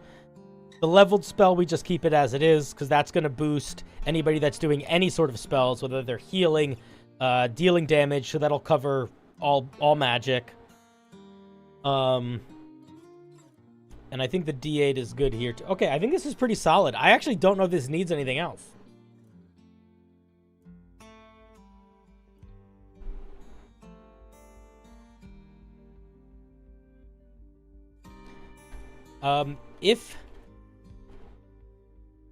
If the helpful fungi, we're gonna call it a helpful fungi. Well, how about we call it the fun guy, the friendly fungi.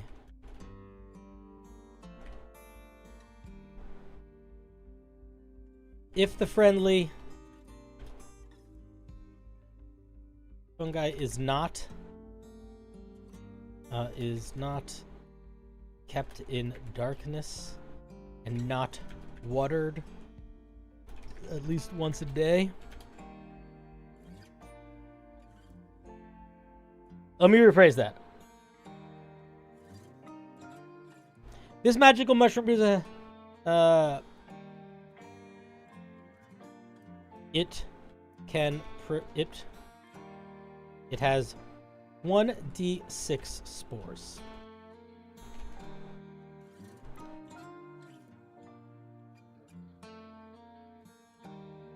If the friendly fungi is kept in darkness for at least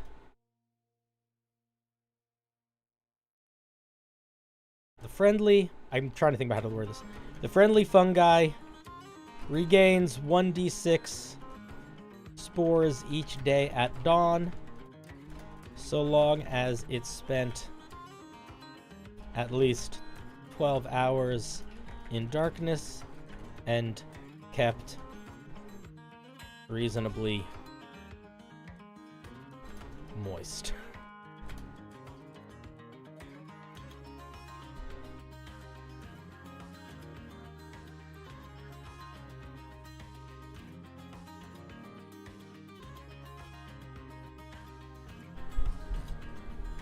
I think that works.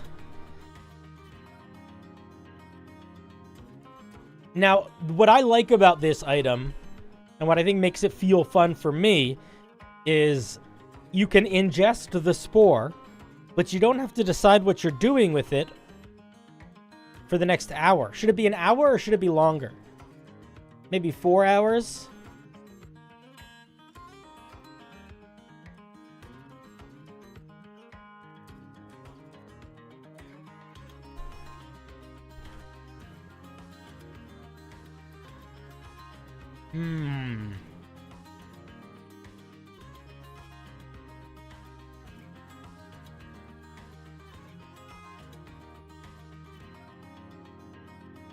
I think it's fine.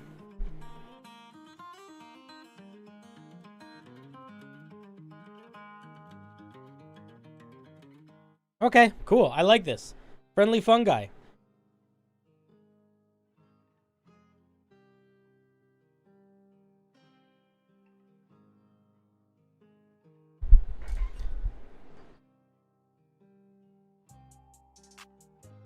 You think they should sprout mushrooms? I don't want to make it too gross if Asg doesn't want it to be too gross.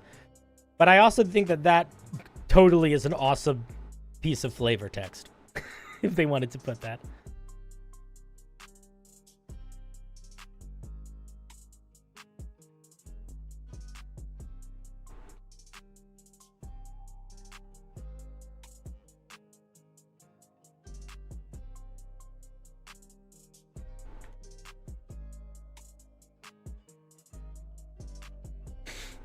All right, cool. I think we're going to call it there. This feels good. This feels really cool.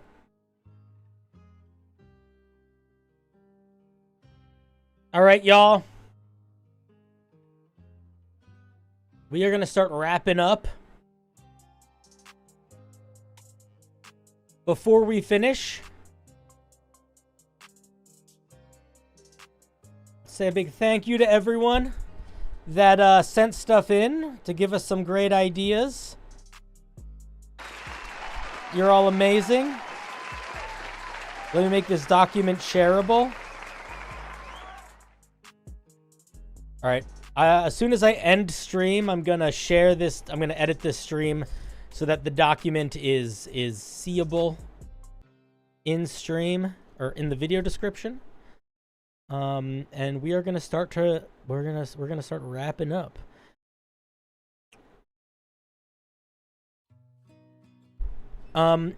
Either